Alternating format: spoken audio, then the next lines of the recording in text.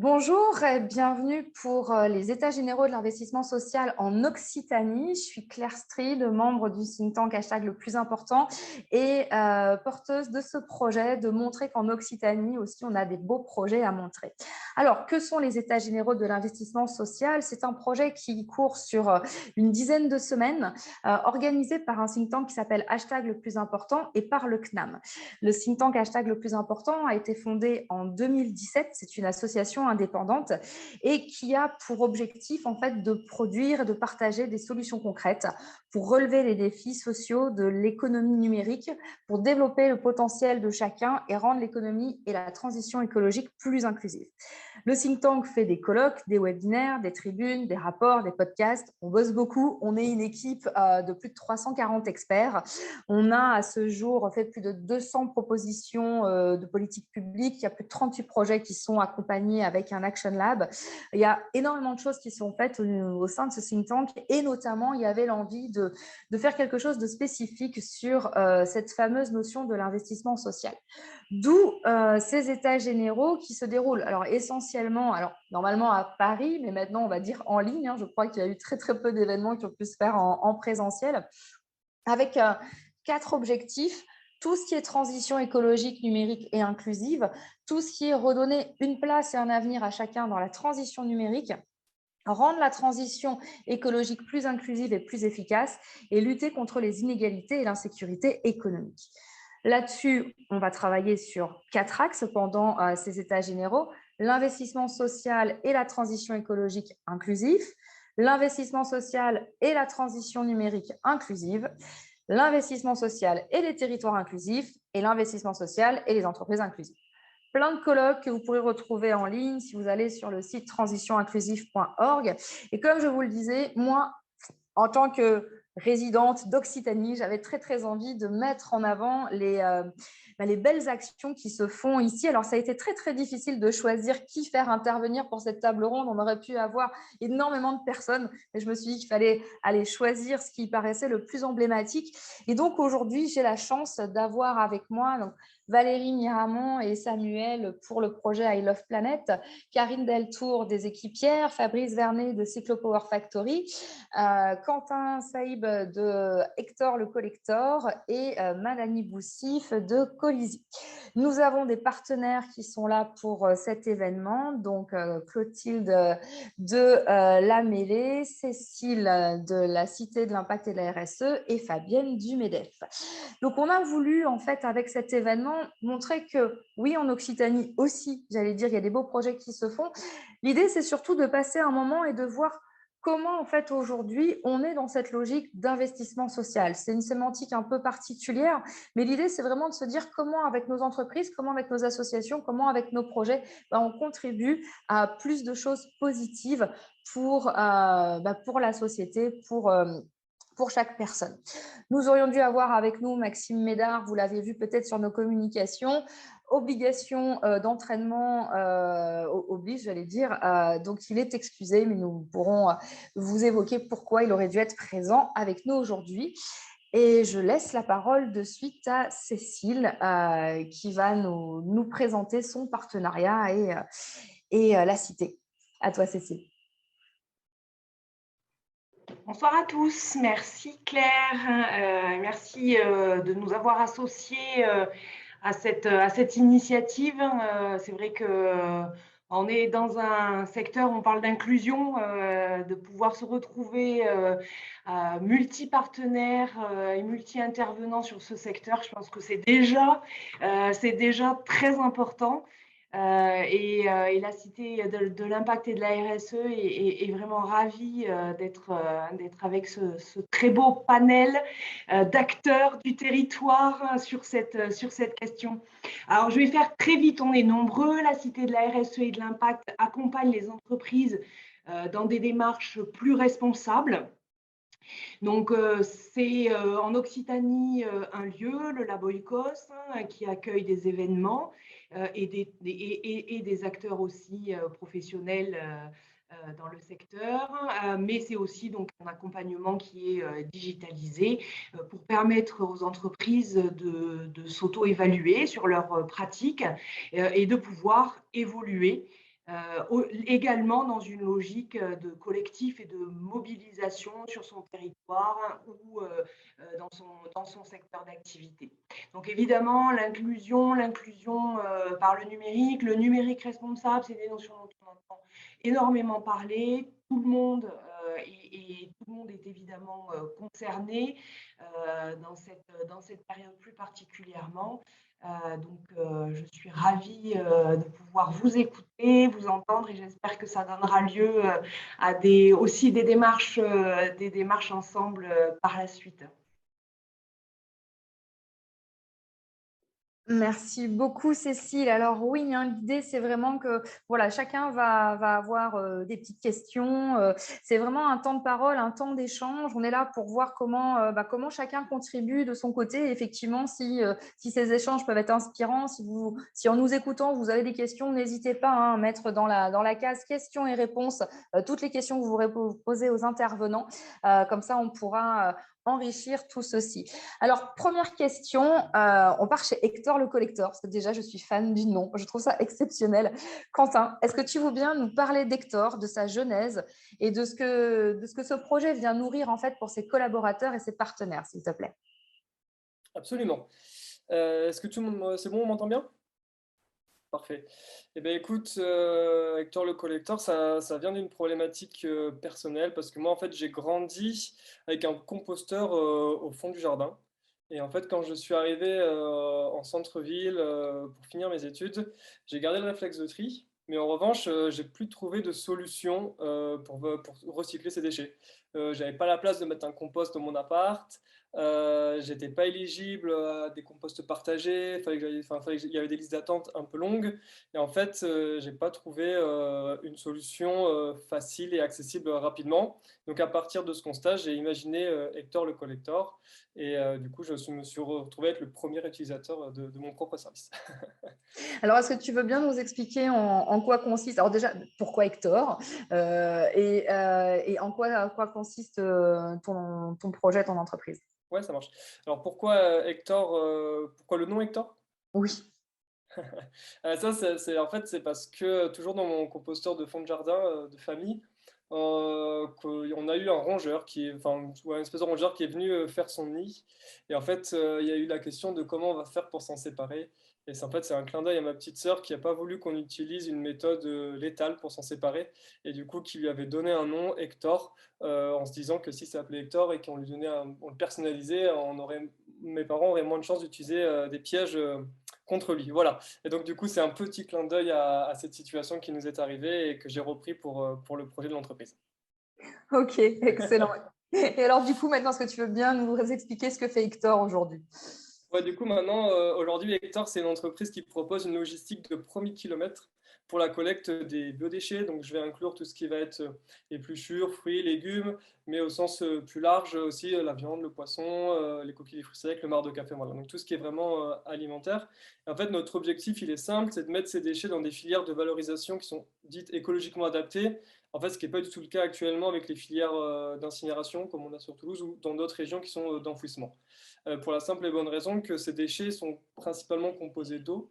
Donc du coup, si on essaye de faire brûler de l'eau, c'est pas facile. Je pense que si vous essayez de faire brûler une peau de banane avec un briquet, vous allez vous brûler les doigts avant la banane. Donc l'idée, c'est de se dire, voilà, donc ces déchets, il y a d'autres filières qui sont spécifiques pour traiter ces déchets. On connaît le compost. Il y a aussi une filière qui est moins connue et c'est celle qu'on exploite nous, qui s'appelle la méthanisation. Et le concept, c'est en fait ces déchets fermentent dans une cuve, du gaz est libéré. Et du coup, ce gaz, il est capté et ensuite, il peut être réinjecté, utilisé comme carburant. Enfin, il y a plusieurs utilisations possibles. Et à la fin de cette transformation, on a une matière qui reste riche et que les agriculteurs utilisent en engrais naturel. Donc, ils dépendent de ça sur leur champ. Donc voilà, typiquement une filière qui est écologiquement adaptée à ces déchets. Donc du coup, nous, Hector, notre métier, c'est ça, c'est de sensibiliser et de proposer des solutions pour les personnes qui en ont besoin pour leurs déchets. Et donc on Ok. accompagne des entreprises, on accompagne des restaurateurs, on accompagne des commerces de proximité alimentaire qui font des épiceries vrac, par exemple, ou des primeurs, voilà, dans ces sujets-là. D'accord. Et c'est vraiment très, très intéressant d'avoir cette vision. Donc, pour l'instant, plutôt pour les entreprises, est-ce qu'il y a une possibilité, je ne sais pas moi, pour les écoles, les cantines, ou pour les particuliers, c'est une chose vers laquelle vous avez envie de vous développer? Absolument. Alors du coup, l'entreprise, en fait, l'originalité d'Hector dans une entreprise, et ce qui correspondait finalement aussi à mes problématiques initiales, c'est de dire, on va effectivement instaurer un tri des déchets sur place. Donc voilà, je finis pas ma salade, mon sandwich, je vide le marc de café de la machine si elle en fait, des choses comme ça. Mais en fait, l'originalité, notre force, c'est surtout de dire aux collaborateurs, ben, si jamais vous aussi vous cherchez une solution et que vous voulez trier vos biodéchets, avec Hector, vous allez pouvoir le faire facilement, vous triez vos déchets chez vous et puis vous les apportez sur le point de collecte de l'entreprise. Donc c'est déjà une première façon pour nous de sensibiliser et de travailler avec le particulier. Mais à terme, on est en train de travailler avec Toulouse Métropole et d'autres collectivités pour des terrains d'expérimentation de quartier où vraiment sous forme de points d'apport volontaires. Donc techniquement, c'est un peu comme une borne pour le verre. Ou alors, du coup, en bas de quartier, on pourrait amener ces déchets facilement et rapidement, sans file d'attente infini, des choses comme ça. Au niveau des écoles, c'est en cours. Ça devrait être bon pour mars, j'espère, avril, dans The House On, qui fait partie de la métropole de Toulouse. Et donc, du coup, il y aurait 2 écoles primaires qui seraient normalement en cours d'installation. Ouais. Super, merci beaucoup. Merci Hector pour cette belle présentation. On va voyager, partir du côté de Karine. Alors Karine, il y a plein Oui, de choses à Claire. dire sur toi. Donc, en nous présentant les équipières, est-ce que tu peux nous expliquer ce qui t'anime, ce qui fait qu'aujourd'hui, tu es multicasquette, on va dire, je ne sais même pas comment te présenter. Et qu'est-ce qui fait que, du coup, tu es vraiment quelqu'un de particulièrement engagé, notamment dans tout ce qui est transition inclusive? Oui, alors merci Claire, tu m'as donné un exercice hyper intéressant de synthèse. Alors, moi je suis Karine Deltour en fait, donc j'ai fondé à la base j'ai fondé un organisme de formation spécialisé dans la facilitation et l'articulation des collectifs de travail, et notamment les collectifs de travail du champ de l'emploi, de la formation, de l'insertion socio-professionnelle, de l'éducation et du travail social. Donc, vous voyez, on est déjà dans une bonne sphère, tout ce qui est de l'ordre de l'accompagnement et de la relation. Alors, moi, je ne suis pas là pour parler de cette casquette en particulier, mais c'est la synthèse, en fait, de tous mes engagements et de toute ma vocation, on va dire, à être actrice sociale de territoire. Alors, en quelques mots, je pourrais le résumer en 2 mots pour moi. C'est le terrain et l'agir. Voilà.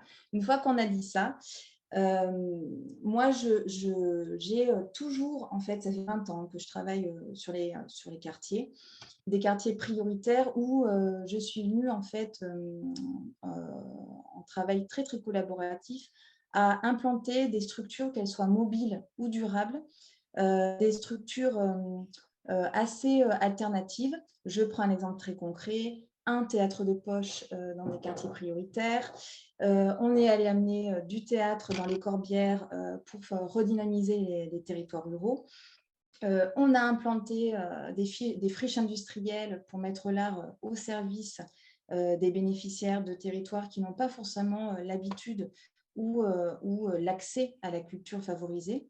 Donc, voilà, ça, c'est un démarrage au fort. J'ai toujours été très enclin à mettre en mouvement les territoires avec des acteurs de terrain. Alors, un principe fort quand même, c'est le développement du pouvoir d'agir. Alors, le développement du pouvoir d'agir, pour ceux qui ne connaissent pas, je ferai un petit off tout à l'heure en fonction des questions.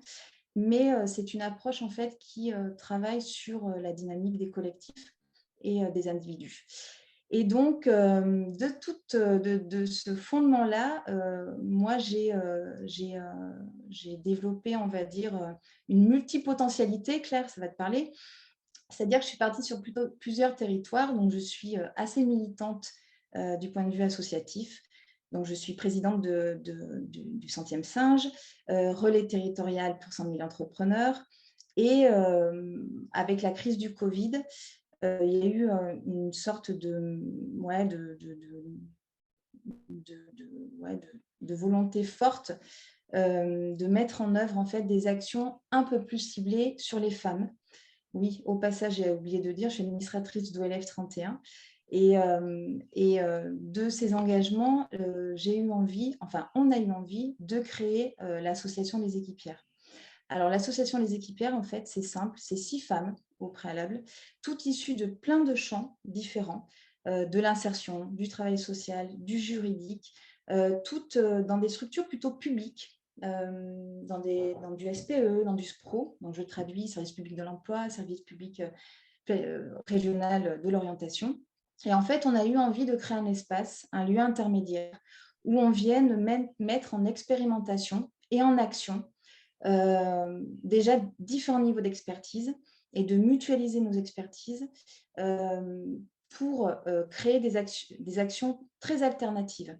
Alors, quand je dis très alternatives, nous, on est à l'intérieur, on a travaillé à l'intérieur des institutions. Moi, j'ai été conseillère en insertion pendant une quinzaine d'années pour un établissement public administratif en lien avec des demandeurs d'emploi très éloignés de l'emploi, en situation d'interculturalité et de mobilité. Et penser à l'intérieur des systèmes, c'est bien, mais penser aussi à la marge, c'est aussi pas mal. Et je n'oppose pas les deux, puisqu'on vient toutes de ces endroits, mais je trouvais que c'était intéressant de faire un espace complètement à la marge pour venir réfléchir, expérimenter des actions innovantes à destination de promotion, enfin pour promouvoir la lutte, je vais faire des petits lapsus comme ça, voilà, pour promouvoir des actions à destination des femmes et des femmes en difficulté et qui n'ont pas accès prioritairement à tout ce dont, elles auraient droit. Donc, j'actionne des réseaux, des écosystèmes, je crée des passerelles et sur la base on va dire, de 3 fondamentaux, hein, qui sont la facilitation. Bon, ben voilà, on est tous plus ou moins des facilitateurs, mais de le mettre en mouvement à l'intérieur des systèmes, ça prend toute son importance. Alors là, je suis un peu conceptuelle. Pour revenir un petit peu dans le dur, nous, actuellement, on crée des marches exploratoires où on va travailler dans des espaces un peu, des grands espaces, où on vient travailler sur justement l'intermédiation. Mais Virginie pourra le développer plus longuement que moi. Je vous invite à lire son mémoire si elle veut bien le diffuser, justement pour réfléchir sur comment mailler et comment faire en sorte que chaque acteur et chaque actrice dans ces sphères d'expertise viennent réfléchir en intelligence collective et viennent proposer des actions innovantes. Voilà, en quelques mots. Merci beaucoup, Karine. Donc, on se rend compte que voilà, si on a des questions, des envies de tout ce qui va pouvoir aider les femmes, mettre du sens par rapport à tout ceci, tu es une de nos interlocutrices privilégiées. Est-ce que tu veux bien citer le mémoire de Virginie Durand, s'il te plaît? Oui, alors elle l'a mis dans le chat. Donc, c'est très exactement, je vous le redis, je l'ai noté. Il faut que je remonte. C'est le paradoxe de l'accompagnement socio-professionnel des chercheurs d'emploi et l'intermédiation territoriale comme solution. Ok. C'est tout un programme.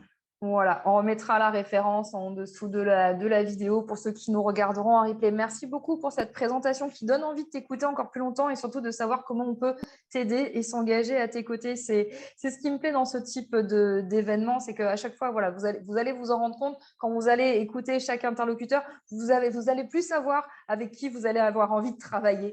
Donc, c'est ça qui est chouette et auprès de qui vous avez envie de vous investir. Merci beaucoup, Karine. Madani, toi, c'est l'enjeu du dernier kilomètre dans les livraisons. Est-ce que tu peux nous dire comment on en fait quelque chose qui contribue à l'investissement social, s'il te plaît? Tout à fait. Merci encore une fois, Claire, pour l'invitation déjà. On va commencer par les remerciements et merci de m'avoir associé à ce panel d'acteurs aujourd'hui qui contribuent en tout cas largement à l'inclusion et à la transition du numérique, écologique et j'en passe. Alors, à travers la solution Colizzi, je ne sais pas si je dois quand même commencer par présenter un petit peu Comme ce tu qu'est veux. la solution Colizzi, parce que je ne pense pas que tout le monde puisse connaître. Vas-y. Aujourd'hui, Colizzi, c'est une start-up toulousaine qui propose en fait une solution de livraison locale entre particuliers. Donc, le principe, c'est de mettre en relation en fait, des particuliers qui souhaitent expédier ou recevoir des colis ou des objets avec d'autres personnes qui effectuent sur leur trajet du quotidien les livraisons. Et du coup, ça me permet de rebondir sur la question, Claire. Aujourd'hui, voilà, Colidzi intervient dans beaucoup de facteurs, notamment aussi dans la sensibilisation à l'écologie, parce qu'on utilise en fait des particuliers qui effectuent des trajets du quotidien pour effectuer des livraisons. Donc, on évite de rajouter des véhicules sur les véhicules qu'il y a déjà dans les centres-villes, notamment. On favorise également et on entretient le lien social. Les personnes ne se connaissent pas et évidemment, bien sûr, ils apprennent à se connaître quand ils se croisent et quand ils se côtoient, quand ils se voient. Et également, on permet, grâce à notre solution, en fait, d'améliorer le pouvoir d'achat en proposant aux utilisateurs, notamment d'arrondir leur fin de mois en effectuant des petites livraisons sur leur trajet du quotidien. Donc voilà, en fait, on intervient sur plusieurs facteurs, notamment dans la transition numérique, dans la transition écologique également. Et c'est vrai qu'aujourd'hui, c'est quelque chose qui nous tient à cœur. Et on participe aujourd'hui, bon, évidemment, on est sur la région toulousaine, mais on va aussi également se déployer partout en France petit à petit. Ce qu'il faut savoir, c'est que la société existe depuis tout juste 1 an et elle a déjà fait son petit bout de chemin.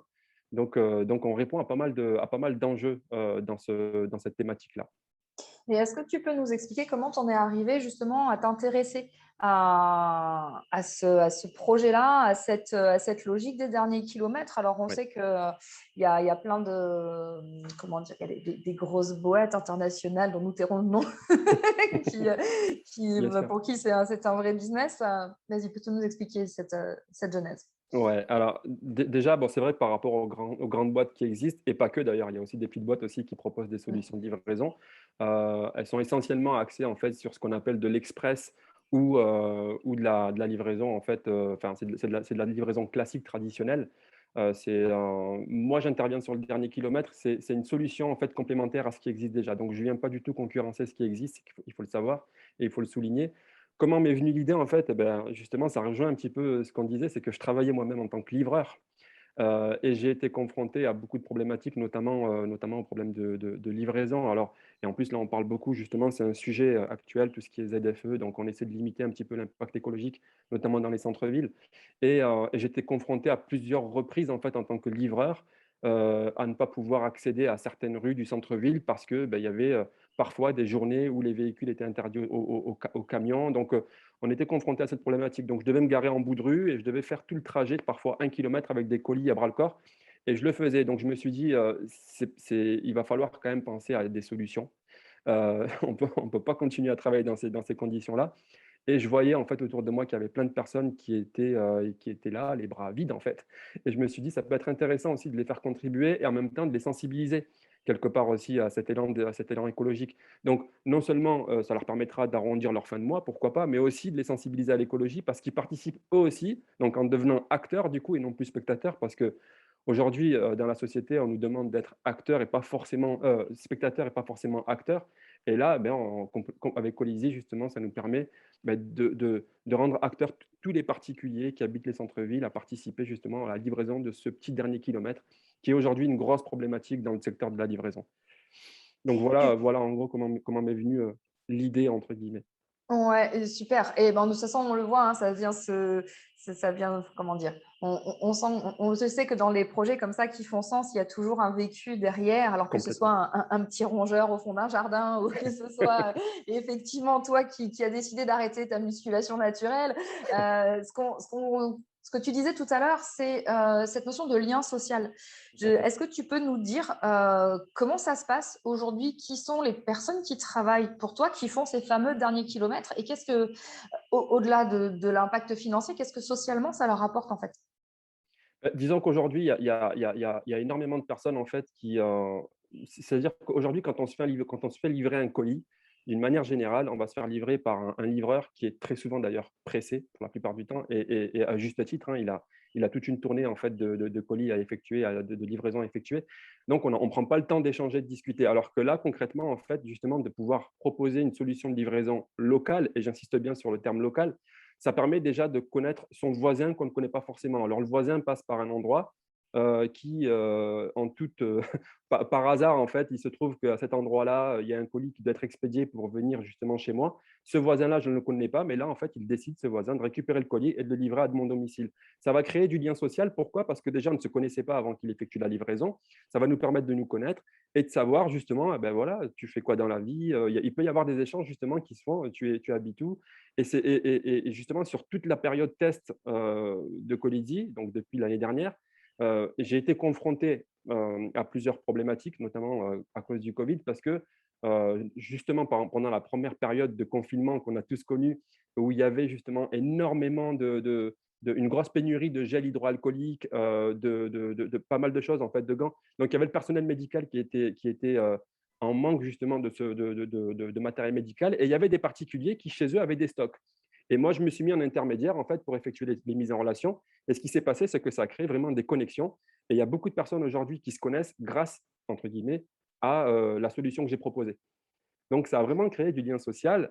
Et il y a des personnes qui, aujourd'hui, sont devenues amies parce que justement, il y a eu cette connexion qui a pu être faite. Donc, il y a vraiment, en fait, au-delà de, évidemment, je te rejoins, au-delà du fait qu'on peut arrondir nos fins de mois, au-delà qu'il y a aussi un impact écologique très important aussi dans notre solution qu'on apporte, il y a aussi ce lien social, en fait, qui se crée et on apprend à connaître finalement nos voisins qu'on ne connaissait que de vue avant d'effectuer les premières livraisons, quoi. Et tes livraisons, elles se font, c'est à vélo, c'est à pied, c'est comment? C'est en voiture? C'est là, tout est libre, en fait, par C'est rapport à ça. ça? Exactement. Ok. En fait, ça dépend surtout du format du colis. Si c'est une petite enveloppe, je ne vois pas l'intérêt de la transporter avec un véhicule. Si c'est un gros frigo, ça va demander un peu plus de moyens. Mais l'idée, c'est de pouvoir surtout mettre en relation des personnes qui effectuent des trajets du quotidien. En fait, c'est pas forcément de faire Ouais. intervenir une personne qui est loin du point de départ. L'idée, c'est de pouvoir vraiment connecter les personnes entre eux grâce à un système de géolocalisation. Et voilà, ça permet en fait tout simplement de pouvoir permettre à toutes les personnes, que ce soit à pied, à vélo, en transport en commun aussi, parce que j'ai beaucoup de personnes qui Ok. effectuent des livraisons en transport en commun. Ça peut arriver, ça arrive très fréquemment. Donc voilà, en fait. Et c'est limité, c'est ultra limité à 50 km maximum. Donc, je ne veux vraiment pas grossir ce champ d'action pour des raisons écologiques, tout simplement. Ok. Et dernière question, les profils des personnes qui osent faire ces derniers kilomètres, tu as plus d'hommes, de femmes, il y a plus de concentration, j'allais dire, en fonction de certains quartiers. Qui travaille pour Colidi? Alors, j'insiste sur le fait que ça soit uniquement des particuliers. Et je n'ai pas du tout de notion en fait de auto-entrepreneuriat dans mon activité. Les particuliers peuvent générer jusqu'à 3 000 € de revenus complémentaires par an, à condition qu'ils le déclarent évidemment, bien sûr. Mais voilà, j'insiste là-dessus. Alors, c'est vraiment, j'ai tous les âges en fait en réalité, parce que ça peut Ok. être une personne en fait qui va au travail le matin, qui effectue des trajets réguliers en fait, qui va au travail le matin et qui rentre le soir, qui récupère une course sur sa route plutôt que de récupérer un passager, pour ne pas citer d'autres exemples, parce on peut aussi prendre des passagers. Alors, il y a des personnes qui refusent de prendre des passagers, mais qui préfèrent prendre des petits colis. Donc, ça peut Ok. être une personne qui travaille, ça peut être aussi des personnes qui sont sans activité. Donc, ça leur permet aussi de gagner un petit peu d'argent. Donc, ça, c'est… et la typologie, en fait, c'est autant d'hommes que de femmes. Alors, à un moment donné, j'ai eu plus de femmes que d'hommes. D'accord. Ça aussi, c'est une réalité. Et voilà, donc c'est des personnes, c'est des jeunes actifs pour la plupart. Et il y a aussi des personnes retraitées qui utilisent mon application aujourd'hui. Donc vraiment tout type de personnes qui effectuent des trajets du quotidien en fait. Et encore une fois, que ce soit à vélo ou en véhicule ou en transport en commun, pas de limite à ce niveau. Super. Merci beaucoup, Madani, de nous avoir fait découvrir Colidi. Et ce qui est chouette, c'est qu'on Merci voit Claire. qu'effectivement, ça peut parler à tout le monde, chacun peut se sentir concerné, chacun peut contribuer et voilà, c'est ce qui fait que tu es toi aussi dans cette logique d'investissement social. Tout à fait. On va aller voir Fabrice. Alors Fabrice, n'es pas encore en Occitanie, mais tu t'en rapproches par rapport à ce que tu proposes. Donc, s'éclairer en pédalant, voilà ce qui motive les gens. Peux-tu nous expliquer la philosophie de Cyclopower Factory? Oui, bien sûr. Ouais, effectivement, désolé de ne pas faire partie de la team chocolatine. Mais, Pas encore. je suis prêt à faire un effort. Je vais vous expliquer effectivement Cyclopower Factory, ce qu'on veut faire avec ce projet. Mais merci Claire de m'avoir invité à cette table ronde. Si je n'étais pas venu en tant que conférencier, je serais venu en tant que spectateur. parce que moi, je me pose plein de questions aussi sur comment être plus inclusif dans nos activités. Donc, je suis très content de pouvoir échanger avec mes pairs sur ces sujets. Cyclo Power Factory. Donc, nous, en fait, l'idée de départ, elle est simple. On s'est dit que le sport, c'est quelque chose qui est hyper fédérateur, qui est universel. Partout dans le monde, des gens font du sport. Ça gomme toutes les inégalités. On est tous égaux sur un terrain de sport. Et voilà. Et donc, on s'est dit, en fait, ce levier, il peut être formidable pour sensibiliser aux grands défis du moment, et notamment au défi de la transition énergétique. Donc, ça, c'est le point de départ du projet. Donc, nous, Cyclo Power Factory, qu'est-ce qu'on fait concrètement? Donc, on est une start-up du sport et de l'économie sociale et solidaire. C'est vraiment, notre projet, il repose sur ces deux jambes. Et donc, on a décidé de proposer des expériences de fitness à impact. Donc, concrètement, on a développé une gamme d'équipements de cardio training 100% made in France. Aujourd'hui, les équipements de cardio training, c'est fabriqué au bout du monde avec un bilan carbone tout pourri, toujours plus gros, plus de plastique, etc. Nous, nos équipements, ils sont donc faits en France par des petites PME françaises. On a une démarche d'éco-conception dès le début de notre phase de R&D. Donc, on s'est associé des services d'une agence spécialisée pour nous aider à faire les bons choix, pour vérifier que le carbone qu'on utilise pour fabriquer notre produit, il soit le plus faible possible, et surtout qu'on le rembourse dans l'exploitation du produit, puisque en fait, l'autre particularité de notre équipement, c'est qu'on va donc récupérer l'énergie dépensée par la personne qui est sur l'équipement, qui pédale, pour prendre l'exemple du vélo, et on va la transformer en électricité par nature renouvelable. Ça, c'est la partie hardware, mais en fait, on va au-delà. Nous, on veut encore une fois proposer une expérience qui utilise le sport pour sensibiliser.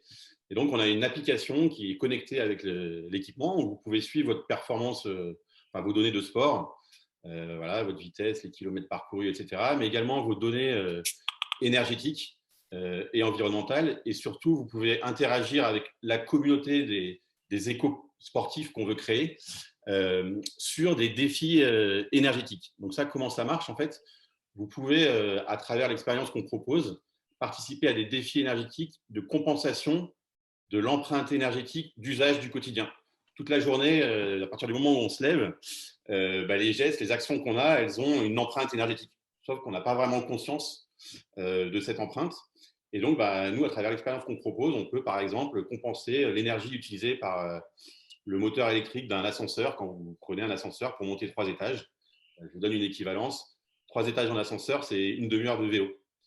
Quand vous mangez un steak haché, on ne se rend pas compte, mais il faut élever la vache, et amener le steak jusque dans votre assiette. C'est 13 heures de vélo.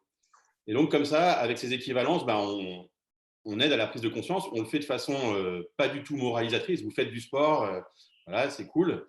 Et par ailleurs, avec l'équivalence, on vous donne une information.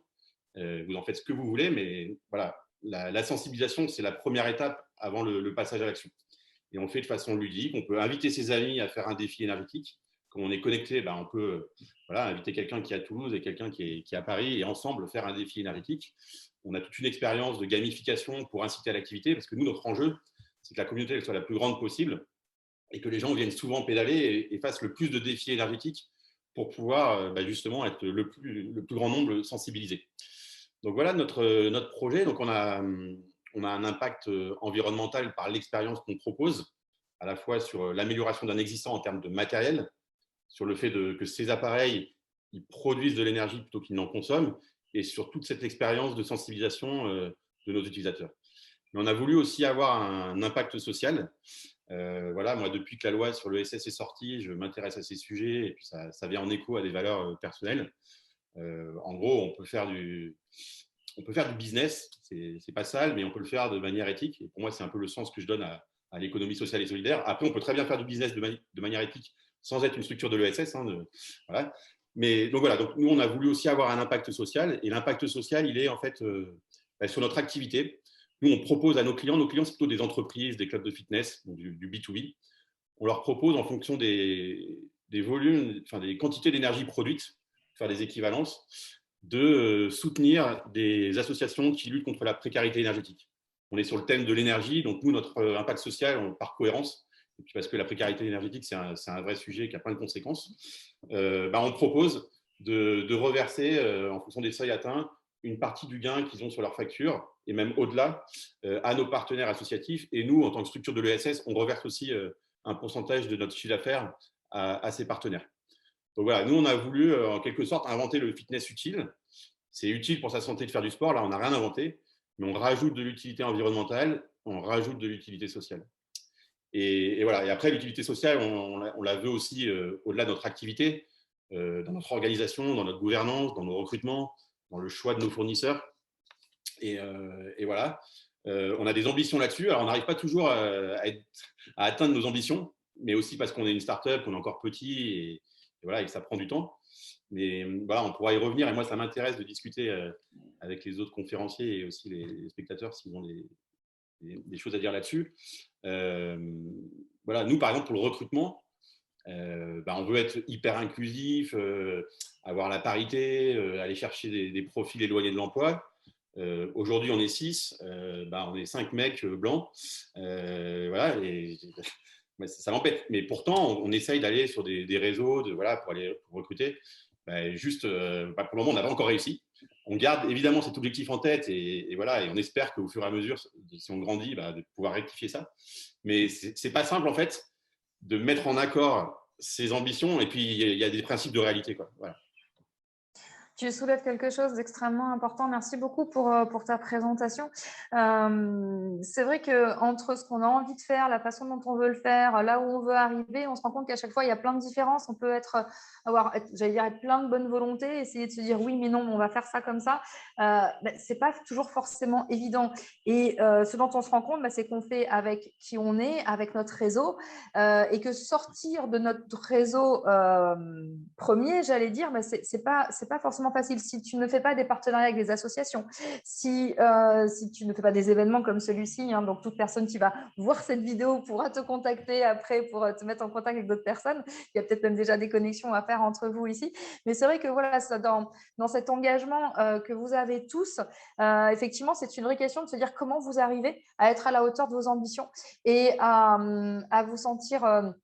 j'allais dire, quand même fier de qui vous êtes et de ce que vous faites, si jamais ce n'est pas toujours à la hauteur de ce que vous voulez faire. Alors, Maxime Médard devait être avec nous parce que c'est un de tes partenaires. Est-ce que tu peux nous dire 2 mots de ce partenariat? Oui, alors je suis désolé, vous devez avoir Maxime Médard, vous n'avez que Fabrice Vernet. Ça passe. Alors Maxime, il a donc investi dans la société et c'est notre ambassadeur. Juste pour l'anecdote, on ne s'est jamais rencontrés. On s'est contacté, c'est lui qui m'a contacté sur LinkedIn. J'aime bien ce que vous faites. Est-ce que vous cherchez un ambassadeur? Et j'ai dit oui, on cherche éventuellement un ambassadeur et aussi un investisseur. Il m'a dit moi je peux éventuellement être les deux parce que là je crois qu'il est dans sa dernière année de joueur professionnel et il prépare l'avenir. Et donc voilà, après on s'est très souvent au téléphone et ça a bien, le courant est bien passé et lui aussi il cherche vraiment à s'investir dans des projets à impact. Je veux pas parler en son nom, mais voilà, il cherche à donner du sens dans ses jobs d'après-carrière et dans ses investissements. Et donc voilà, sans qu'on se soit vu, on devait se voir d'ailleurs, si l'événement avait été en physique, ça aurait été l'occasion de se voir enfin pour de vrai aujourd'hui. Et voilà, et nous on est évidemment ravis de l'avoir, il est hyper sympa et voilà, du coup voilà, je me rapproche de Toulouse et je dirige Chocolatine, j'y reviens. C'est ça. Et donc voilà, mais ça qui est très intéressant, c'est de voir qu'effectivement, ton projet a intéressé un sportif de haut niveau et qui a vu tout l'intérêt justement d'allier le sport des valeurs à quelque chose à l'ESS, à la transition écologique et digitale, etc. Donc, c'est vrai que par rapport à tout ceci, en fait, on se rend compte que dans toutes les actions que vous proposez, ça fait sens, les gens le reconnaissent. Et c'est ça qui est chouette. Alors, parenthèse, vous avez échappé à une table ronde entièrement sur le matériel de Fabrice parce qu'on voulait faire une sorte de défi, mais c'était compliqué à organiser aujourd'hui. Mais je ne dis pas que dans l'avenir, on ne fera pas une prochaine rencontre comme ceci. En tout cas, merci beaucoup Fabrice de nous avoir présenté Cyclopower Factory. On va terminer ce premier tour d'écran avec Véronique et Samuel avec I Love Planet. Alors, il existe des milliers d'initiatives visant à faire du bien à la planète. Véronique, pourquoi avoir créé I Love Planet? Qu'est-ce que ce projet a de particulièrement impactant? Et Samuel, toi qui as participé, on veut bien avoir ton témoignage aussi. On vous laisse la parole. Tout d'abord, merci Claire. Et puis, oui, je suis ravie de rencontrer tout ce panéliste, tous ces acteurs. Et franchement, depuis tout à l'heure, je prends des notes. Je dis, mais oui, mais c'est génial, on va faire ça ensemble. Parce que je trouve ça vraiment super. Et c'est vraiment, je pense que plus on sera nombreux et plus on ira loin. Donc, I Love Planet, je dirais que c'est né parce que je suis moi-même, c'est mon parcours qui m'a amené à créer I Love Planet rapidement. Ce sont les étudiants, ce sont les jeunes, parce que je suis communicante et à la fac, et les étudiants d'année en année me disaient qu'ils étaient une génération sacrifiée, une génération éphémère, qui n'avait plus confiance en l'avenir, qui n'avait plus d'espoir et que de toute façon la planète allait exploser et que moi, plus j'entendais parler ces jeunes, plus je me disais, il faut faire quelque chose. Et donc, en fait, I Love Planet, c'est redonner l'espoir. I Love Planet, c'est de l'écologie positive. I Love Planet, c'est dire, il y a une opportunité. Saisissons cette opportunité, allons de l'avant et n'écoutons pas tout ce qu'on nous raconte. Évidemment, on est conscient de ce qui se passe. Évidemment, on ne renie pas ce qui se passe parce que malheureusement, on y va droit devant. Mais je pense que moi, c'était simplifier la communication et positiver la communication avec I Love Planet pour pouvoir aller chercher les jeunes et leur dire, mais attendez, vous n'imaginez même pas ce qui se passe en fait. Tout ce que nous avons fait, toutes nos conneries, on oublie. Maintenant, vous avez une page blanche et vous allez réécrire l'avenir. Et donc, en fait, je les amène avec le jeu, avec pareil, beaucoup d'ateliers. Je fais beaucoup de clean-up, mais des clean-up musicaux, des clean-up où il y a de la fête, des clean-up où il y a du pique-nique, du clean-up où on fait des ateliers, etc., où on nettoie la planète, mais on nettoie la planète avec à chaque fois une fête. On fait la fête, on se réunit, on échange et on crée vraiment du lien. Et on essaie aussi, Samuel en témoignera tout à l'heure, d'aider aussi des jeunes qui sont éloignés de l'emploi à retrouver du sens dans leur vie, à rencontrer des acteurs comme aujourd'hui, à pouvoir se dire que ils sont aussi acteurs de cette planète et que justement, s'ils ne trouvent pas d'emploi, c'est parce que tout ce qu'on leur a appris à l'école, on n'en a plus besoin. Maintenant, on a besoin de personnes neuves avec des idées neuves, comme là, on vient de le voir, et que on compte sur eux. Et donc, moi, je suis un petit peu cette... voilà, je dis toujours, je suis acteur de la transmission écologique. Je suis là, je suis un passeur, je suis là pour essayer de les accompagner. Et je pense vraiment que la protection de la nature, elle passe par l'éducation. Donc, forcément, il y a des outils. Moi, je suis fresqueuse du climat, donc je participe à la fresque du climat. Donc, en expliquant de façon ludique et pédagogique c'est quoi les causes et conséquences du réchauffement climatique et à quel moment l'activité humaine a fait que aujourd'hui, il y a une explosion du système et qu'il faut arrêter. Et donc, l'idée, c'est par de l'événementiel, par du festival, par de la musique, par des ateliers, des choses comme ça, c'est de dire, on va protéger la planète ensemble, on va changer d'attitude, on va faire changer l'attitude, on va faire agir les autres. Et c'est parce que les gens, ils vont voir qu'on est heureux et parce que vraiment, on est dans la joie et dans le partage que les gens vont avoir envie d'y passer. Parce que moi, mon expérience, j'ai organisé un événement, un grand éco-festival que vous voyez derrière I Love Planet.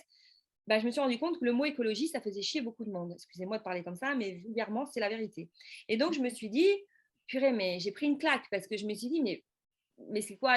Ils sont climato-sceptiques, ils sont dans le déni et tout. Non, non, pas du tout. C'est qu'en fait, les gens, ils disent, mais oui, mais bien sûr, moi, j'ai ma gourde, moi, bien sûr, aussi, j'ai mon compost, moi aussi, bien sûr, je fais attention, je l'achète sur Vinted, moi aussi, je vais aux puces, moi aussi, je fais... Bon, voilà. Mais en fait, les gens, souvent, on est tellement un discours en France où on culpabilise tout le monde, où on est dans moralisateur, etc., que moi, j'essaie vraiment de, justement, avec I Love Planet, de rendre les choses simples. Et quand les gens font des choses bien, comme maintenant, je suis une caisse de résonance, en fait. Je suis là pour dire, parce que je suis aussi attachée de presse, donc je dis aussi à la presse, lui, il fait un truc super bien, parle-en. Arrête de parler des choses négatives, arrête de nous dire qu'on va tous crever, arrête de nous dire, dis-nous qu'il y a des solutions alternatives.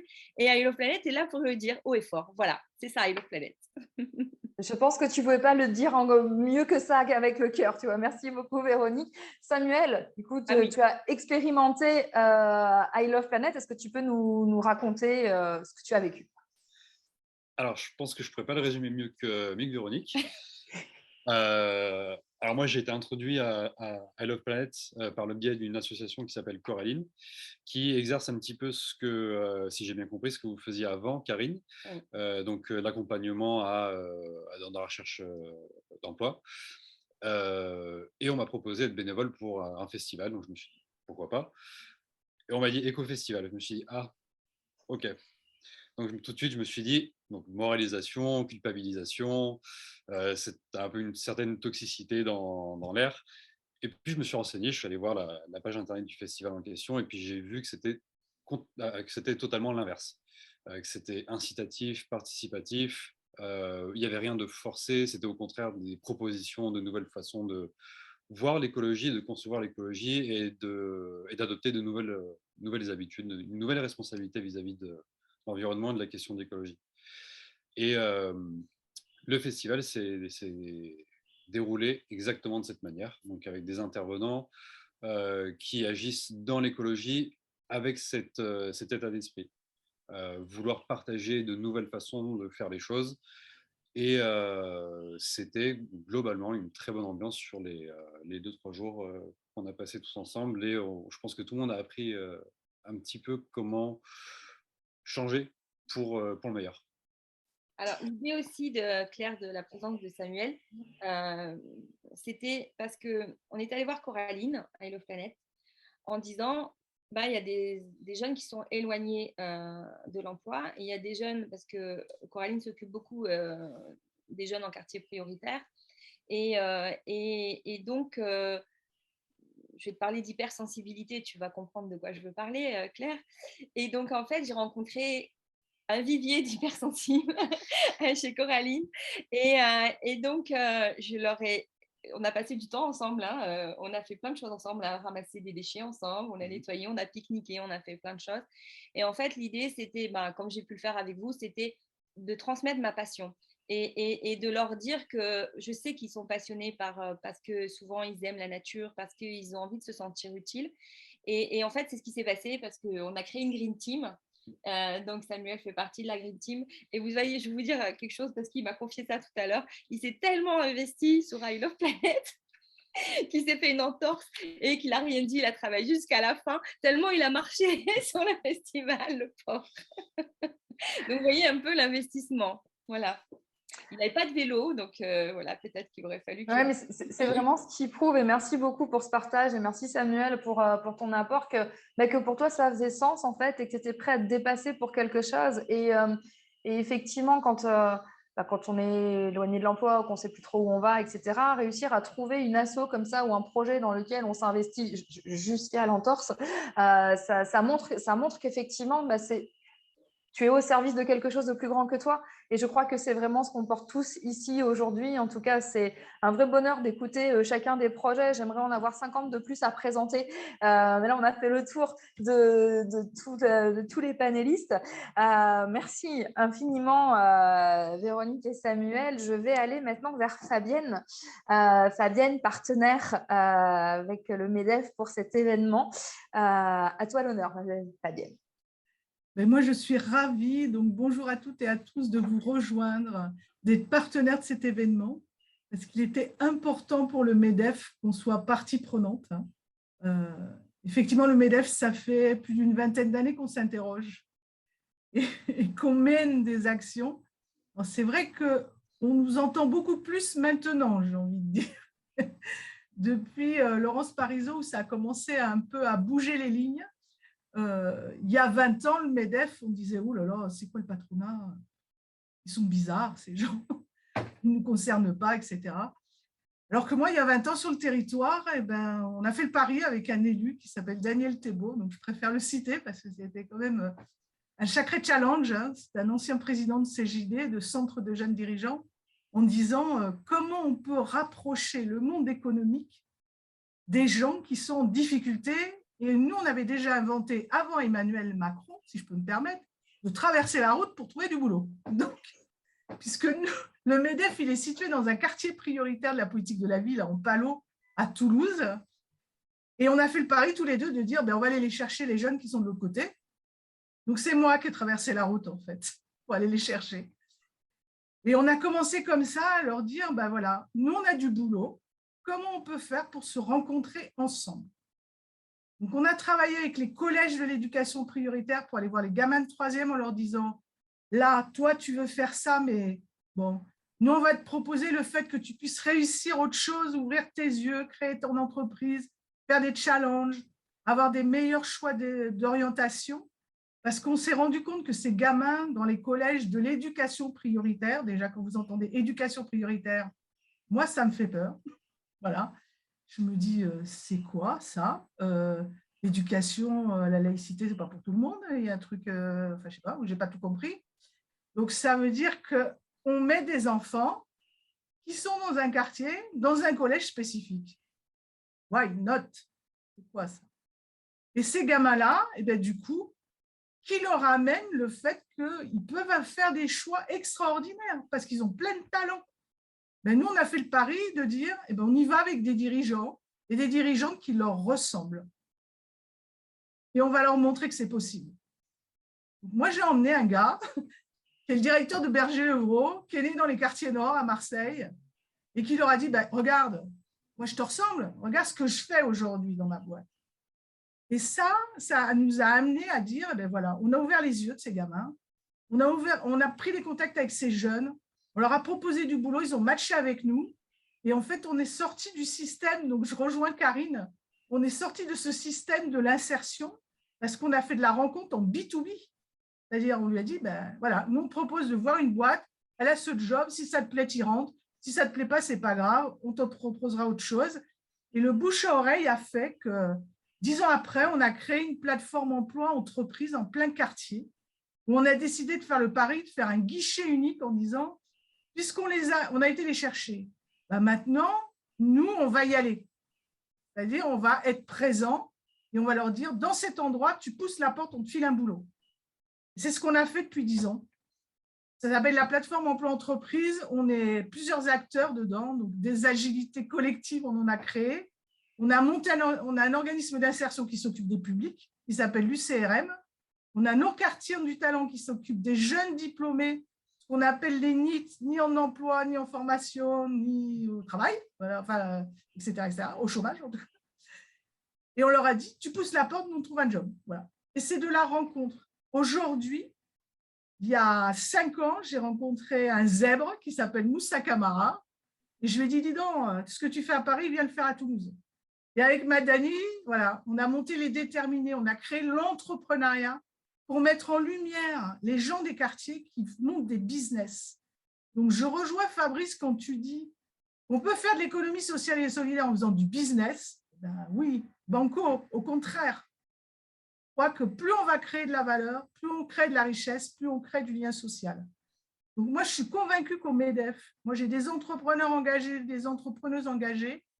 On a changé de paradigme. L'entreprise, elle évolue. Les gens, ils évoluent. Les chefs d'entreprise, ils évoluent.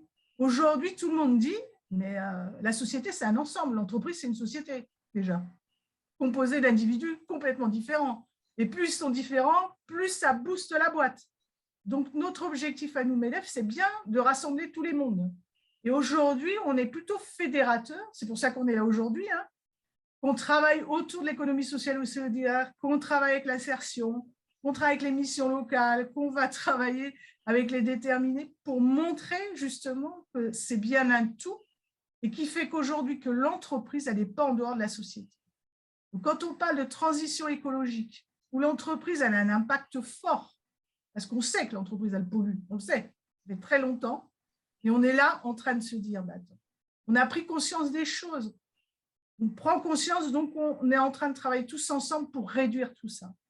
Mais on ne pourra jamais réduire tout ça si on ne transforme pas les postes de travail, si on ne convainc pas les dirigeants à mettre des sous pour avancer sur des sujets, si on ne convainc pas les politiques, c'est-à-dire tous ceux qui nous entourent, hein, aussi pour leur dire, vous ne pouvez pas faire sans nous.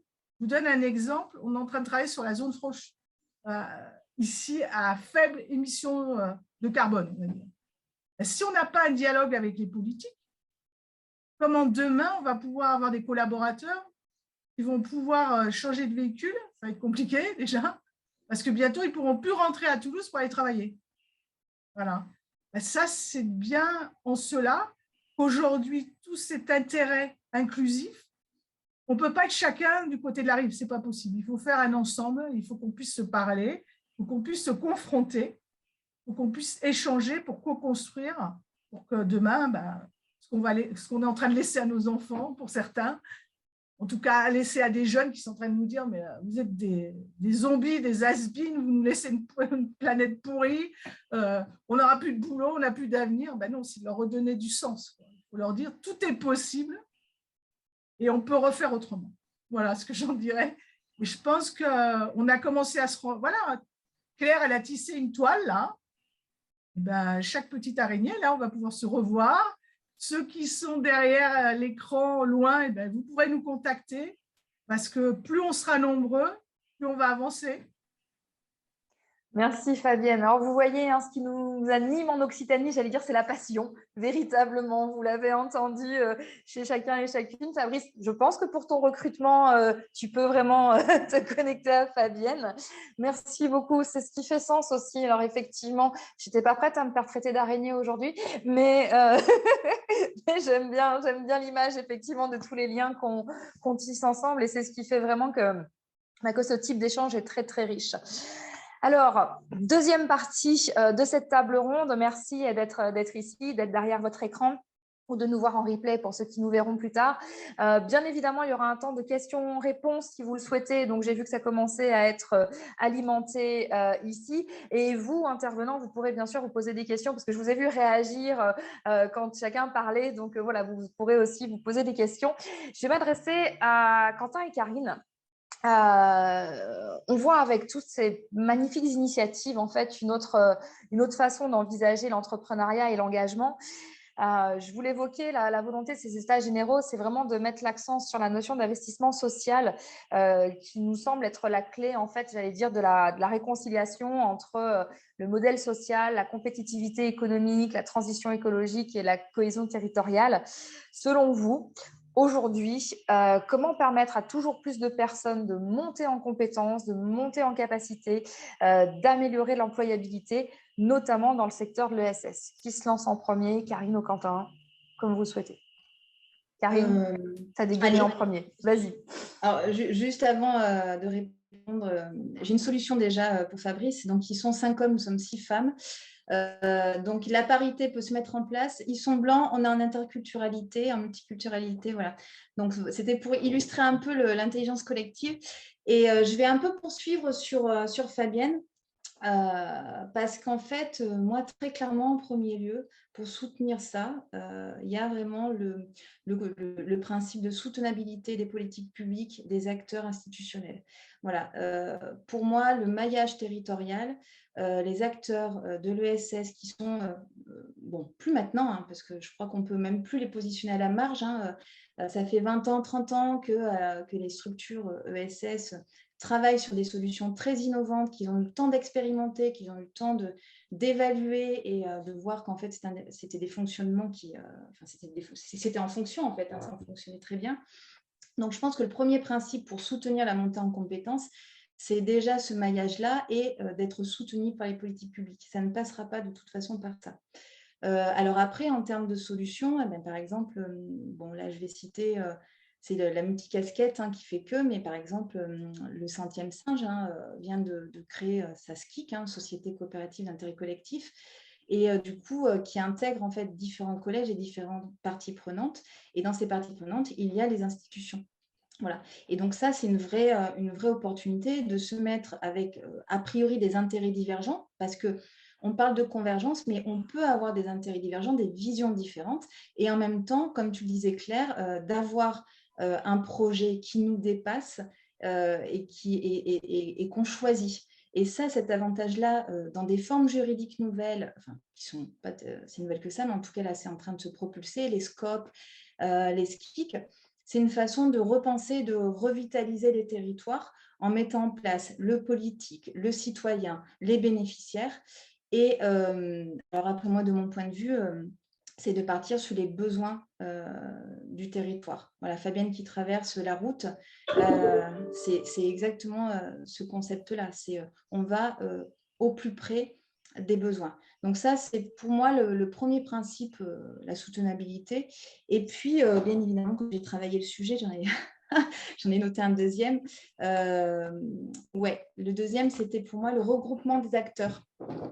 Alors, bien sûr, ça paraît un peu un lieu commun, mais se regrouper, c'est pas si inné que ça, en fait.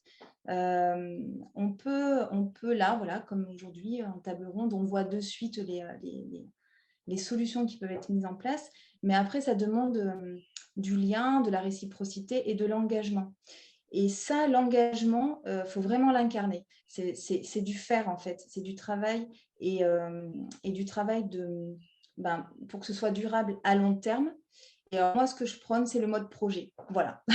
Il faut qu'on vienne travailler vraiment sur des structures mobiles, dites circonstancielles, éphémères, sur des petites structures, comme dirait Yann Le Bossé, des petits pas proximales, en fait, et de voir, en fait, en fonction de chaque ressource qu'on a, de les mutualiser.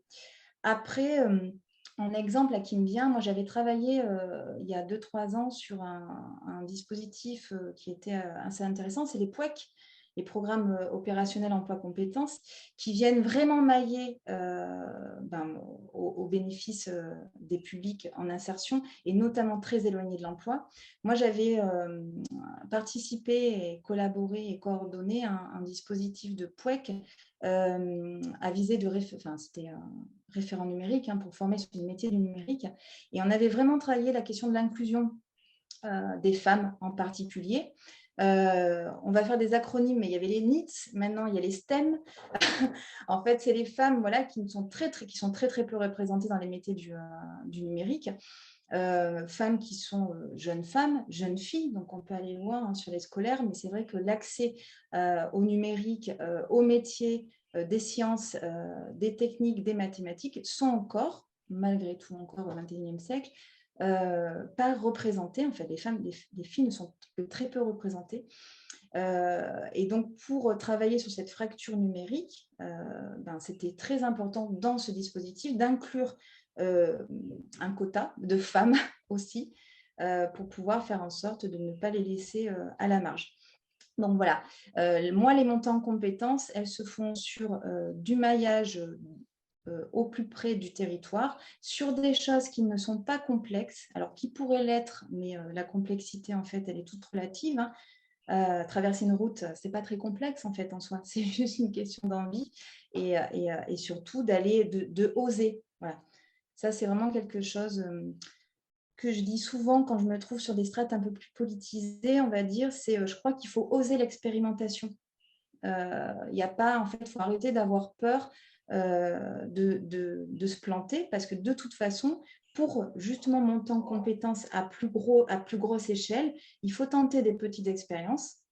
Je reprends encore l'idée de la POEC, mais nous, on est parti en 2018 sur une expérimentation de 12 personnes. L'année suivante, force de l'insertion derrière, vraiment de la puissance qu'il y avait eu dans ce dispositif, on est passé à 100 sur la région Occitanie. Donc voilà, il n'y a pas de petits pas en fait. Merci Karine. On laisse la parole à Quentin. J'ai vu Cécile ensuite que tu levais la main. On viendra vers toi. J'allais justement poser la question de savoir s'il y avait des gens qui voulaient réagir. Donc Cécile sera après Quentin. Merci. Quentin, à toi. Oui, bien sûr. Nous, chez Hector, typiquement, on a commencé en étant avec des statuts juridiques très traditionnels de SAS. Je connaissais moins bien le milieu de l'ESS. Donc, je pense qu'il y a effectivement encore un besoin d'en parler et de démocratiser. Nous, on a fait le choix, du coup, en découvrant que finalement, on défendait des valeurs qui étaient très bien inscrites dans l'ESS assez naturellement. Donc, on s'est rapproché et du coup, on a récupéré les agréments ESUS qui permettent de dire qu'Hector, le collecteur, maintenant, on fait aussi partie du coup de l'économie sociale et solidaire.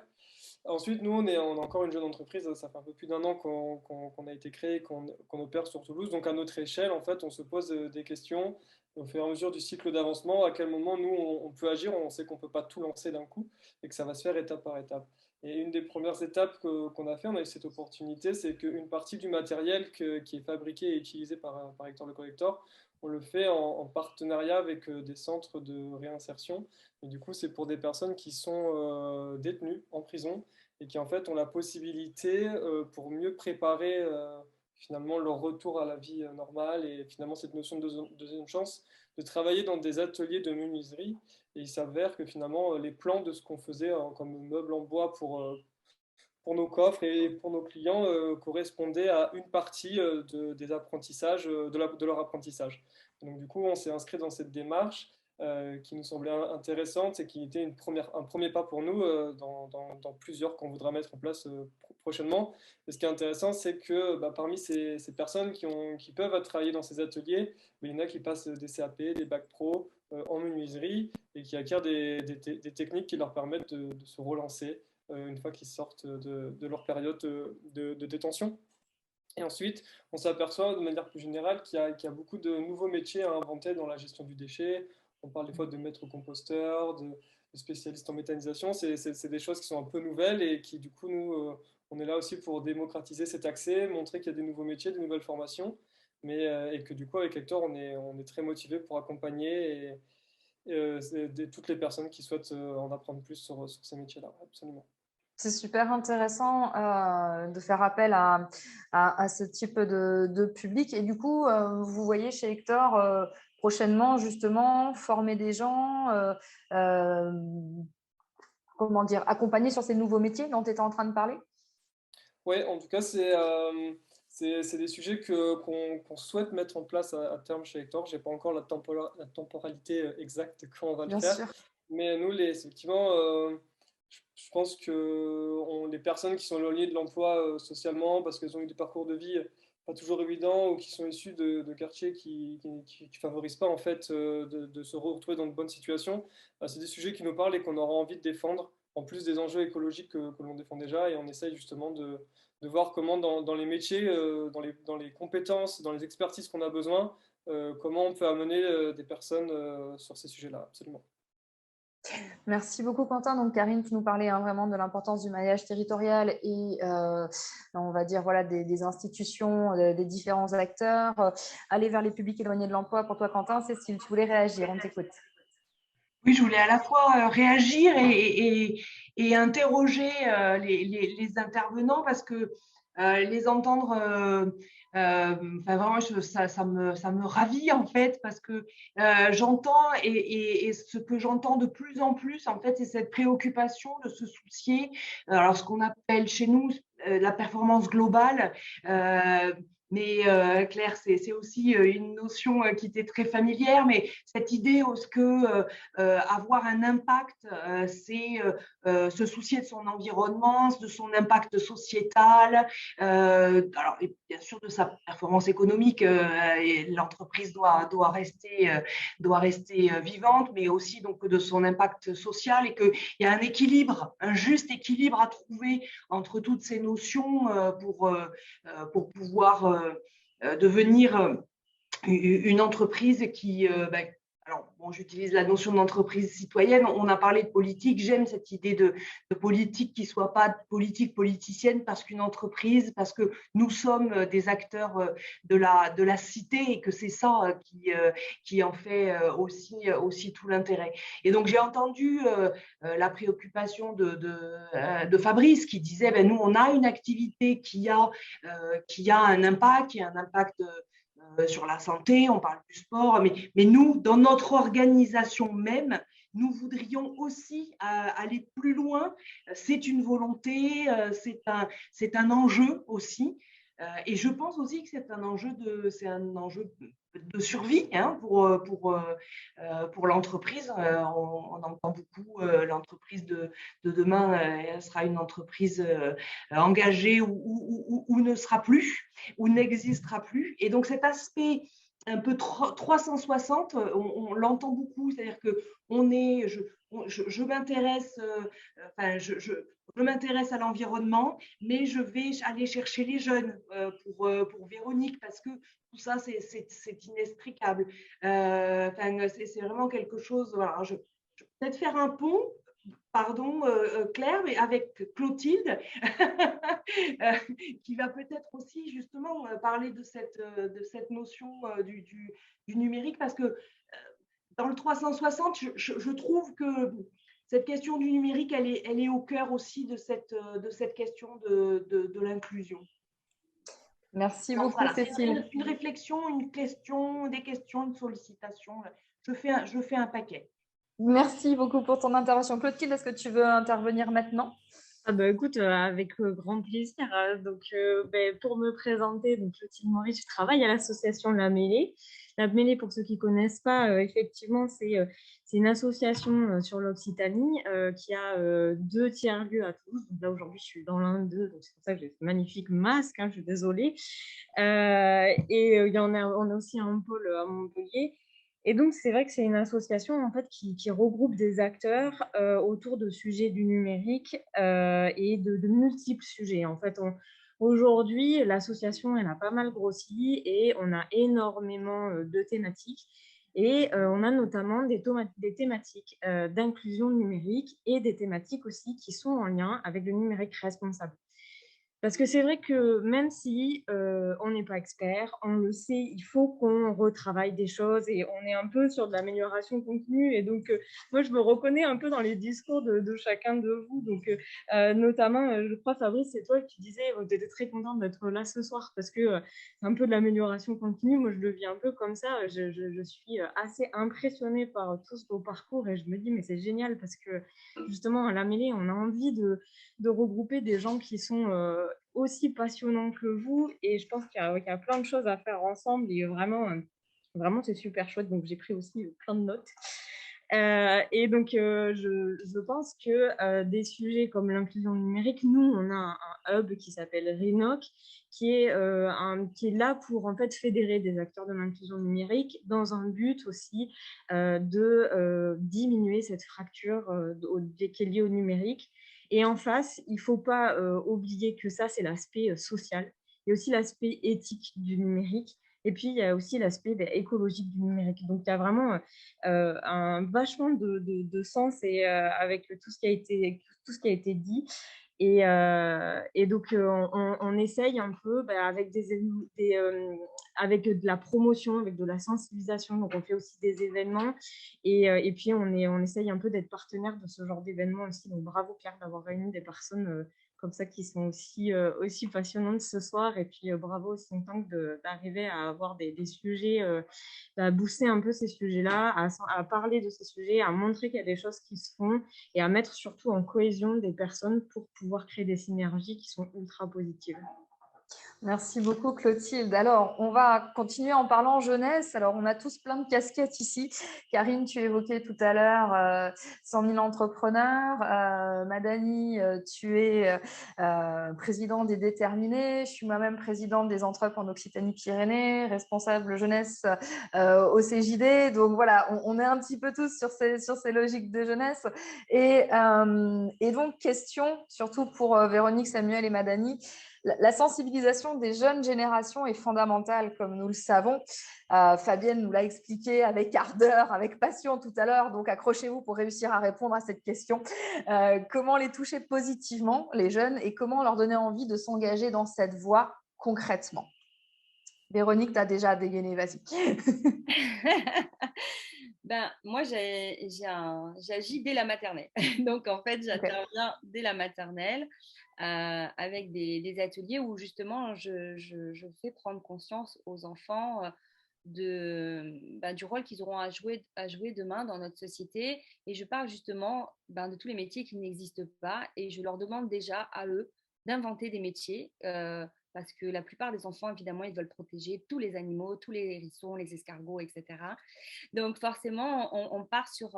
et j'ai un projet, en fait, de faire un manifeste là-dessus avec toutes les collectes d'informations que me donnent de la maternelle jusqu'au Master 2, les étudiants et les enfants, et les primaires, les collégiens, les lycéens, etc. Parce que c'est incroyable, j'ai les carnets pleins de métiers qui n'existent pas. Et donc, je trouve ça exceptionnel parce qu'effectivement, quand je vois malheureusement le rapport du GIEC, je me dis, ils n'ont pas lu le rapport du GIEC, j'en suis sûre, mais par contre, ils ont déjà trouvé les solutions pour y répondre. Donc, je pense qu'effectivement, il y a des choses comme ça.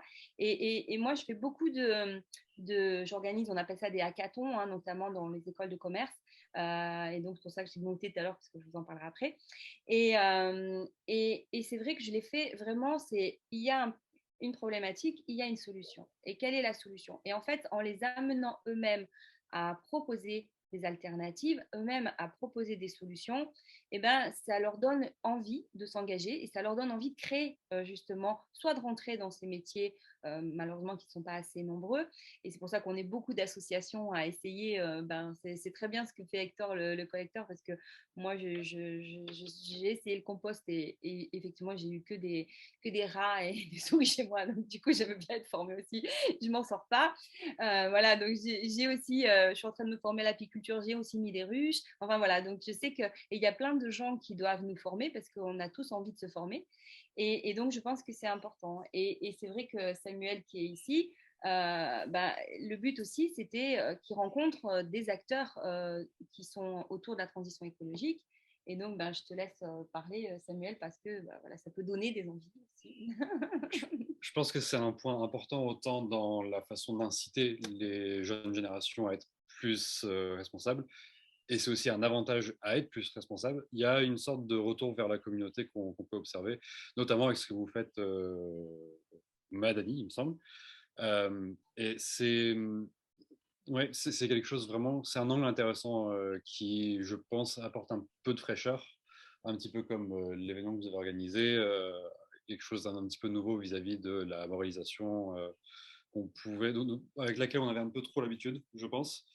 Et que la vous rejetez un création, petit peu aussi. ouais, absolument. Et du coup, c'est remplacé aujourd'hui par la création de liens sociaux. Et cette communauté qui est donc justement une communauté, maintenant qu'on connaît des réseaux sociaux, eh ben, on crée une communauté de terrain et d'expérience. Et c'est vrai que c'est ce que disait tout à l'heure, j'ai perdu son prénom. Karine, non, c'est pas Karine, non, je sais plus. Enfin bref, sur la mêlée, pardon. Et donc je disais, c'est vrai, c'est exactement ça. C'est que il y a effectivement cette inclusion numérique, et les jeunes, en faisant vraiment, en créant, parce que on crée du lien, tous là, on crée du lien. Et comme on crée du lien, on crée des communautés. Et on crée des communautés intergénérationnelles. Parce que tu as pu voir dans la Green Team, il y avait tous les âges. Et il y a aussi des personnes retraitées qui viennent nous rejoindre et qui sont bénévoles et qui viennent avec leurs petits-enfants.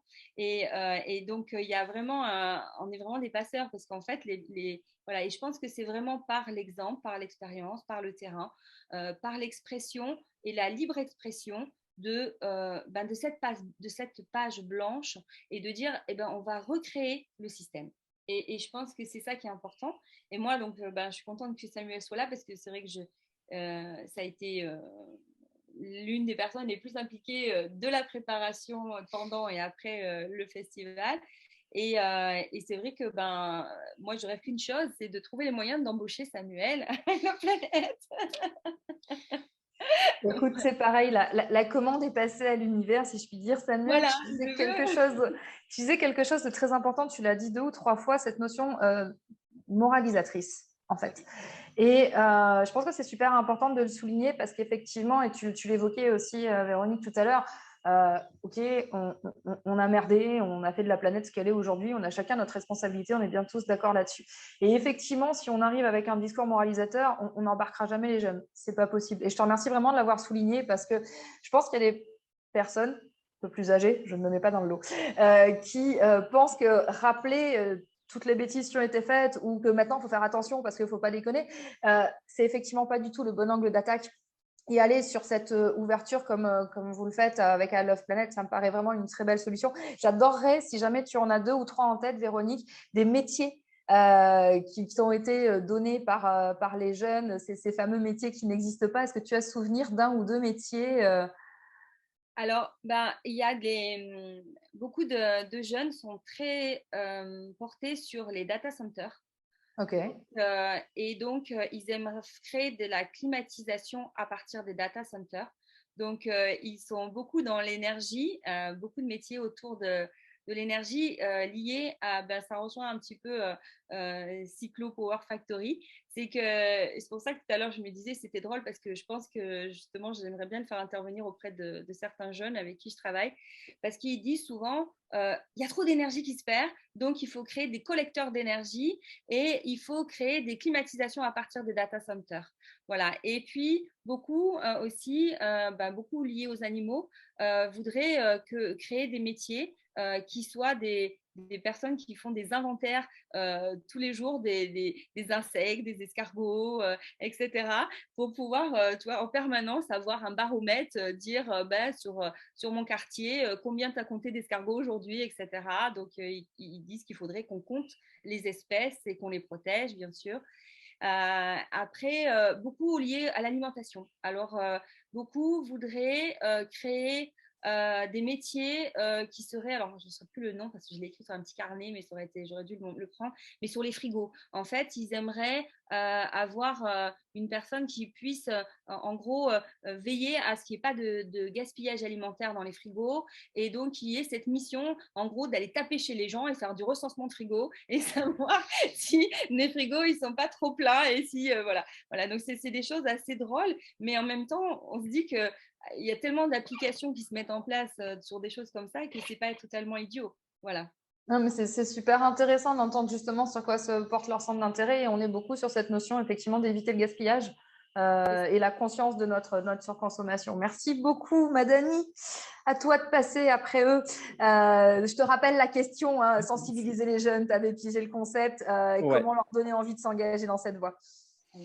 Ouais, franchement, super passionnant. J'étais scotché là justement sur les idées des jeunes et tout ça. Moi, ça me passionne. D'ailleurs, je suis intervenu aussi auprès de 100 000 entrepreneurs dans un lycée pour témoigner aussi, pour apporter ma petite pierre à l'édifice. Donc, c'est vraiment un plaisir et un honneur à chaque fois de participer à ce type d'initiative. Et bravo aux petits jeunes qui ont des idées magnifiques à chaque fois. Et moi, c'est vrai que c'est un pur kiff pour moi de rester avec eux et de les écouter parler. Je vais rejoindre un petit peu aussi ce qu'a dit Fabienne tout à l'heure, et merci Claire aussi pour l'introduction concernant les déterminés. C'est vrai qu'aujourd'hui, je suis un acteur engagé aussi dans les quartiers prioritaires et dans les zones rurales à travers l'association Les Déterminés, pour laquelle je suis coordinateur de territoire aujourd'hui. Alors, je ne suis pas le président, ce n'est pas moi qui ai créé l'association, mais en tout cas, c'est moi qui coordonne un petit peu tout dans la région Occitanie. Rapidement, en fait, l'association Les Déterminés aujourd'hui, ce qu'on fait, c'est on va sélectionner, on va former et on va accompagner en fait toutes les personnes, hommes et femmes confondus, désireuses de se lancer dans l'entrepreneuriat. On va collaborer évidemment avec tout l'écosystème local, donc les structures publiques, les associations de quartier, les partenaires que je ne vais pas citer parce que sinon ça prendrait quand même beaucoup de temps.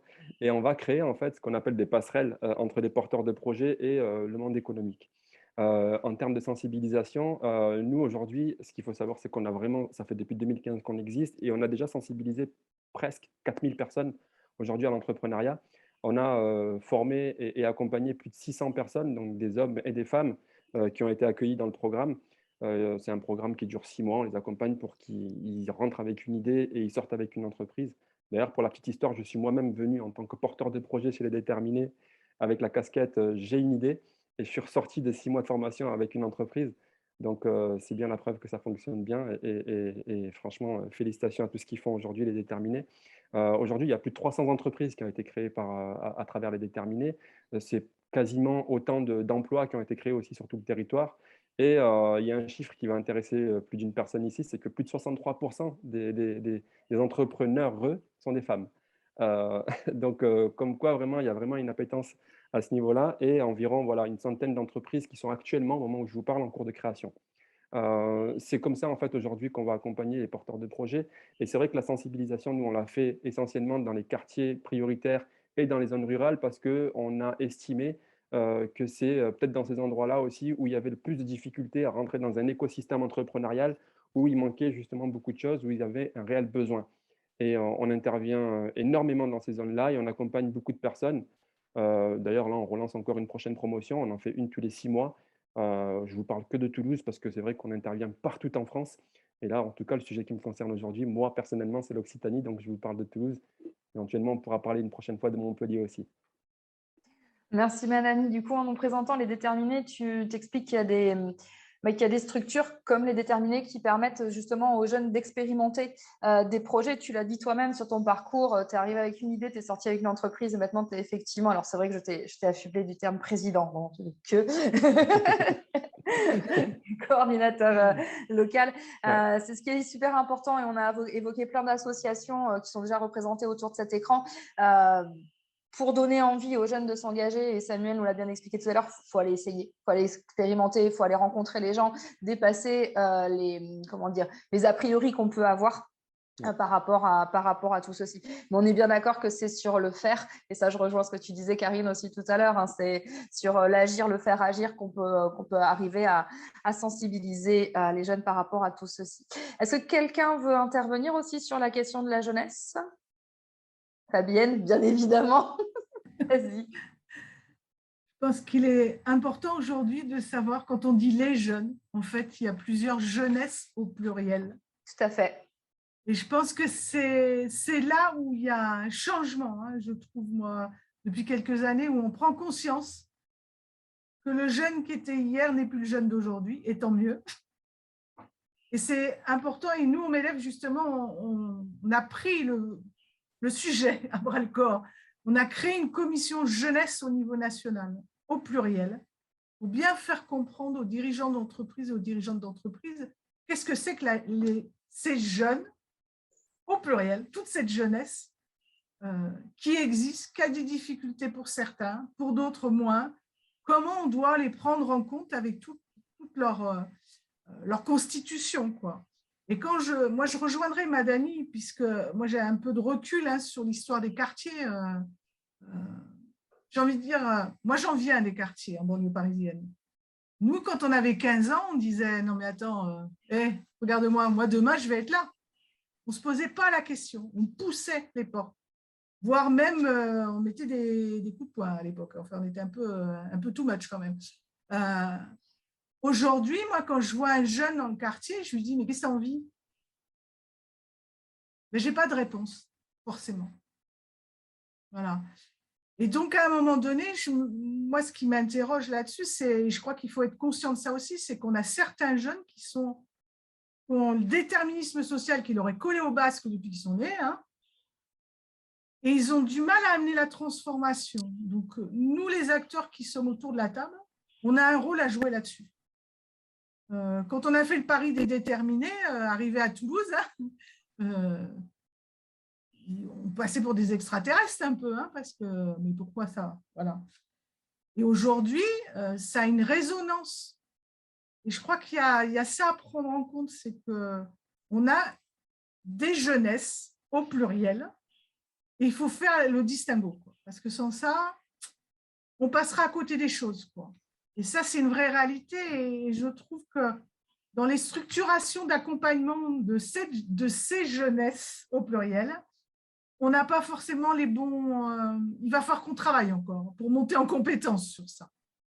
Je te rejoins totalement, Fabienne. Merci beaucoup d'avoir souligné ça. Effectivement, c'est vrai qu'on dit les jeunes au sens global. Nous avons effectivement différentes jeunesses et que ce soit sur des logiques, j'allais dire, sociales et territoriales, où ce n'est pas du tout les mêmes choses. Parce que en t'écoutant, je repensais aussi aux personnes avec lesquelles Fabrice travaille, des mecs blancs qui sont dans des lycées de beaux quartiers et ne voient pas non plus où aller plus tard. Où j'entends les parents dire nous on l'a inscrit à tel ou tel concours parce qu'il faut qu'il fasse quelque chose, et où c'est pas mieux pour eux. Véronique, je crois que c'est toi tout à l'heure qui parlait de génération sacrifiée, et effectivement voilà, il y a tout ceci qui fait mal. Donc merci infiniment Fabienne d'avoir remis le regard sur cette pluralité, j'allais dire, de la jeunesse, et je suis tout à fait d'accord avec toi, on n'est pas équipé pour répondre à ces différents types de jeunesse, donc on peut tout apprendre ensemble. Clotilde, tu voulais intervenir?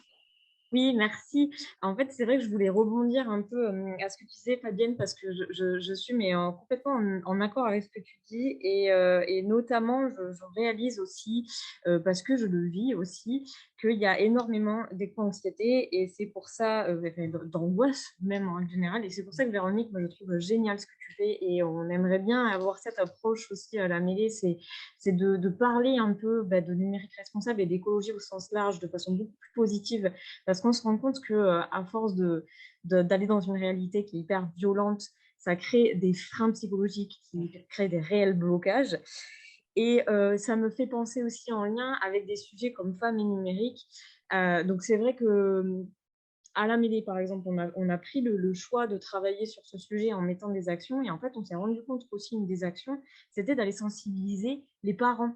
Parce que ces freins, en fait, ils viennent aussi des parents qui pensent que des métiers de la tech, par exemple, ne sont pas faits pour leurs filles. Et donc, c'est quand même un métier qui serait que face à l'écran et qui est quand même super macho. Et donc, il faut aller tout le temps, lever des blocages comme ça, lever plein de freins psychologiques. Et donc, voilà, c'est ces travails comme ça qu'on peut mettre en place par des actions très concrètes, par des commissions, par ce genre d'action et de ce genre d'échange qu'on a aujourd'hui qui, je pense, peut permettre de créer un futur dans un monde dans lequel on aura plus envie de vivre et dans lequel les jeunes auront envie d'avoir le boulot qui leur plaît et un boulot qui aura du sens. Merci beaucoup Clotilde. En t'écoutant, je pense, j'ai pensé aussi tout à l'heure quand Karine parlait, bien sûr, je ne sais pas si vous connaissez le SAS des hackeuses que fait Simplon. Donc cette promo de femmes éloignées de l'emploi, voilà, qui se fait tous les ans et qui permet aussi justement de faire tomber ces barrières de la tech, le numérique, c'est pas pour les femmes. Donc voilà, il y a plein de belles initiatives qui existent. Alors là, forcément, tout le monde réagit. Véronique, tu avais relevé la main, vas-y. Tu as 30 secondes. Vas-y. 30 secondes parce que Clotilde a aussi réagi. En fait, par rapport à ce que disait Fabienne, bravo Fabienne pour ton énergie, j'adore. Et donc, du coup, moi, je dis que les jeunes, à chaque fois, ils me disent, Madame, ce qu'on veut, on est en quête de sens. On veut donner du sens à notre vie. On veut se sentir utile. On veut s'épanouir dans notre vie parce qu'on ne veut pas être comme nos parents. On ne veut pas subir notre vie. On veut la vivre pleinement. Et je pense qu'il y a vraiment cette notion de pleine conscience que nous n'avions pas et que cette génération a. Voilà. Merci beaucoup. Super de le souligner. Karine, à toi, je t'en prie. Oui, alors moi, j'ai toujours eu un peu de mal sur le questionnement de la catégorie des jeunes, etc. Moi, je pense qu'aujourd'hui, on le voit surtout dans l'éducation nationale, moi, où j'interviens de temps en temps en analyse de pratique auprès des profs. En fait, aujourd'hui, les jeunes, ils sont sujets, en fait. Un individu égale sujet, égale auteur, égale acteur. Et en fait, c'est vrai que nos systèmes sont pensés de manière encore très, très verticale. Et moi, je reviens toujours aux besoins, en fait, des individus. Ce sont des enfants. Nous, on a pour objectif, en tant qu'adultes, de les protéger, d'être dans une intelligence protectrice vis-à-vis d'eux. Mais par contre, il faut mettre à même hauteur. Et tant qu'on ne le fera pas et tant qu'on ne pensera pas comme ça créera toujours cette espèce de dissonance et on sera, en tout cas, nous, toujours sur des systèmes décalés. Et on voit clair, on l'a vu la dernière fois en table ronde, avec 100 000, ils ont des idées merveilleuses, il faut juste leur laisser la capacité d'y croire. Sauf qu'aujourd'hui, voilà, moi je suis maman d'ado et je peux vous dire que c'est assez sympa de voir en fait que le système qui les porte est encore pensé de manière assez verticale. Donc moi, pour la montée en compétences, je pense aussi à la montée en compétences des acteurs institutionnels, des profs. Enfin, voilà, il y a toute une espèce d'émergence et de cercle vertueux qui doit se mettre en place. Et en plaçant l'enfant, futur en devenir, là, au centre. Et toutes les politiques doivent être conscientisées et réfléchies dans ce sens. Parce que la pleine conscience, en fait, c'est juste nous qui l'oublions. Hein. Eux, ils l'ont. Hein. Voilà. Ils sont d'ailleurs sur des super métiers. Hein. Ça se trouve que ce sera totalement possible. Petite anecdote, ça c'est juste pour rire. C'est moi, ce matin, ma dernière, elle voulait réinventer une machine dans le temps pour réanimer les mammouths. Donc, voilà, c'est tout ça, il faut écouter, en fait. Il faut vraiment entendre et prendre au sérieux. Et laisser cette possibilité d'imagination qui va faire qu'en fait, on va permettre l'autonomisation et on va leur permettre tout simplement d'inventer un monde qui n'existe pas encore tout à fait. Hein. Voilà. Merci beaucoup. C'était mon cri de... C'était ton cri de « on sauve les mammouths ». D'accord, très bien. Voilà. Merci, Karine. Allez, Cécile, vas-y. Oui, je voudrais pas dire que les vieilles générations se retrouvent dans les mammouths. Je le prends pas comme ça. Hein. Non, je voulais vraiment prolonger en fait ce que disait Karine et ça me paraissait très important. Mais et donc du coup dire que oui, il faut mettre les jeunes au centre. Oui, c'est la priorité. Mais il faut pas opposer non plus les générations. Et si on veut que les jeunes puissent s'épanouir, être entendus, laisser émerger leur créativité, il faut aussi que les générations qui sont en place, qui tiennent les institutions, qui sont souvent aussi aux manettes sur les postes politiques, il faut aussi que cette génération-là, elle soit formée, qu'elle entende les enjeux, qu'elle entende aussi qu'il faut passer la main, qu'elle peut elle-même entendre ce que dit la jeunesse et accompagner cette émergence. C'est ce que fait Véronique hein, dans sa démarche, c'est tout à fait ça. Et c'est pour ça que je voulais insister sur le fait que oui, les jeunes, le jeune, chaque jeune, oui, mais les autres générations aussi, l'enjeu, il est là pour moi, il est dans cette collaboration qui va pouvoir se faire entre toutes les générations. Merci beaucoup, Cécile, de le préciser. Effectivement, on le voit, le transgénérationnel est extrêmement riche. Alors, si vous êtes d'accord, je vais passer à la dernière question que j'avais à poser. Véronique, je te donnerai la parole après. C'est bon pour toi ? C'est bon pour moi. Ok. Justement, Fabrice, pour toi, cette dernière question. Tu as vu à quel point l'Occitanie t'accueille à bras ouverts. Hein. Chaque personne a déjà plein de solutions à te proposer. Voilà, on va t'accueillir. L'investissement social, c'est avant tout faire confiance à l'humain. Tu nous faisais part de ta situation particulière tout à l'heure. Face à la grande démission, aux crises économiques et financières, nous sommes en pleine transition avec des S. Comment la pratique sportive, à quelque niveau que ce soit, en entreprise, dans les espaces dédiés comme centres de coworking ou les tiers-lieux, peut-elle contribuer à redonner du sens aujourd'hui ainsi qu'une posture plus responsable ? Ok, alors bon, je sais que j'avais 2 moments où je devais intervenir. Je crois que j'ai peut-être un peu trop dit de choses lors de ma première intervention. Mais non, basiquement, c'est un peu ce que je disais tout à l'heure. Le sport, quelle que soit son origine, son parcours, son niveau d'études, son niveau socio-culturel, tout le monde peut faire du sport.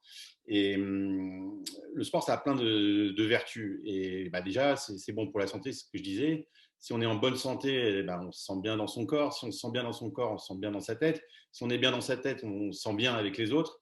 Et donc, on crée du lien. Et voilà. Et en fait, qu'est-ce qu'il y a de finalement plus inclusif que le sport? Je ne sais pas. Donc, voilà ce que je peux dire. Et le sport, effectivement, après, il peut se décliner partout, à l'école, bien sûr. Et je pense que c'est très important d'éduquer les enfants dès le plus jeune âge à la pratique sportive pour tous les bienfaits que j'ai développés. Il peut aussi se pratiquer en entreprise. Voilà, nous, on propose des solutions de sport en entreprise. Et quelque part, voilà, je pense que tout le monde irait un peu mieux et la société aussi si on faisait beaucoup plus de sport, quoi. Voilà ce que je peux dire. Qu'est-ce que tu as comme retour des entreprises dans lesquelles tes machines sont installées? Est-ce qu'on te rapporte que ça a changé, l'ambiance? Est-ce que tu as des retours là-dessus ou pas encore? Ouais, alors on n'en a pas encore tant que ça parce que nous, on a commencé à commercialiser en 2021, donc c'est encore tout frais. Par contre, nous, on a un enjeu parce qu'on dit, voilà, on veut avoir de l'impact en proposant nos expériences sportives. Ok, on le dit, mais est-ce que c'est vrai? Justement, nous, on essaye vraiment pour pas bullshiter, quoi, de mettre en place des systèmes de mesure de l'impact de notre action de sensibilisation. Pour vérifier que ce qu'on dit, c'est vrai, quoi. Voilà, on ne veut pas se voiler la face. Et donc là, on travaille avec une structure qui s'appelle Impact Track, qui propose justement des systèmes, des méthodes pour mesurer l'impact de toute action de sensibilisation. Ça va pour nous, mais ça va pour d'autres acteurs qui sont sur ces sujets. Mais en tout cas, nous, oui, les premiers retours qu'on a, c'est oui, ça fait du team building. On peut créer des challenges énergétiques par équipe, donc ça crée du lien. Enfin, voilà, les premiers retours qu'on a sont évidemment positifs. Et puis moi, je voulais revenir sur l'école, etc. Moi aussi, je suis membre de 100 000 entrepreneurs. Et moi aussi, j'adore intervenir, raconter voilà, ce qu'on fait et expliquer un peu tout le parcours, tout ce qu'on veut faire. Nous, notre produit, notre expérience qu'on propose, ça a évidemment des vertus pédagogiques. Et donc, on adorerait même le faire plus, intervenir dans les établissements d'enseignement, je dirais de la petite école jusqu'aux grandes écoles, les universités, pour justement éduquer à la pratique sportive, sensibiliser aux enjeux de transition énergétique par l'expérience, éventuellement aussi expliquer le parcours de Cyclopower Factory, le parcours entrepreneurial qu'on a pu avoir, et aussi voilà, en fait, finalement faire d'une pierre plusieurs coups, sensibilisation éco-gestes, sensibilisation à l'entrepreneuriat, même donner des modules pédagogiques pour les profs pour qu'après, eux, ils puissent relayer notre discours, des modules pédagogiques même sur la techno. On a un produit qui est assez tech, on a un brevet, voilà, il y a des cartes électroniques. Et voilà, et nous, on aime bien aller dans ces établissements parce que justement, on peut adresser plein de sujets assez variés, quoi. Voilà, je ne sais pas si ça répond à la question. Mais... Écoute, ça répond totalement à la question et ça me refait le lien avec Véronique qui lève la main. Donc, vas-y, Véronique. Non, mais c'est super parce que voilà, je pense qu'on est tous hyper connectés. Et moi aussi, je suis à 100 000 entrepreneurs. Donc, vous voyez, on est tous dans la même famille. Et on parlait tout à l'heure justement des jeunes. Et bon, c'est vrai qu'on n'a pas le temps de tout raconter. Mais c'est vrai que moi, je passe par les enfants en leur disant, tu vas apprendre des choses à tes parents. Et en fait, vous ne pouvez pas imaginer, quand je dis ça, j'ai toutes les petites oreilles qui sont comme ça et qui me regardent. Et là, ils sont trop fiers. Et en fait, c'est vrai que ce que je fais, c'est que je leur fais comprendre. Je prends un exemple tout simple. Par exemple, on va parler des enfants, parce que j'aime beaucoup intervenir dans les écoles primaires. Et les maîtresses me disent, vous avez changé complètement les goûters des enfants. Parce que j'interviens beaucoup sur l'alimentation et la santé, et sur le sport aussi, parce que je fais aussi des défis avec le sport, notamment des petits relais avec de l'eau, et montrer à quel point l'eau est importante. Il ne faut pas perdre une goutte, et il faut faire plein d'exercices sans faire tomber une goutte d'eau. Vous verrez à quel point les enfants sont avec leurs petites gouttes d'eau, et je leur montre vraiment l'intérêt de l'eau. Donc, et à chaque fois, on fait justement des exercices, et à la fin, en gros, c'est apprendre à votre maman de vous préparer un goûter autre que ces petits sachets, dans ces petits sachets avec tout ce plastique et tous ces déchets qu'on va mettre à la poubelle après. Et donc, du coup, les enfants sont tout fiers parce que les maîtresses me disent, mais vous avez complètement changé. Quand les enfants sortent le cartable après le passage d'I Love Planet, les enfants mangent équilibré. Donc, les enfants sont heureux et la planète est heureuse. Et en fait, le truc qu'on dit toujours, c'est bon pour toi, c'est bon pour la planète.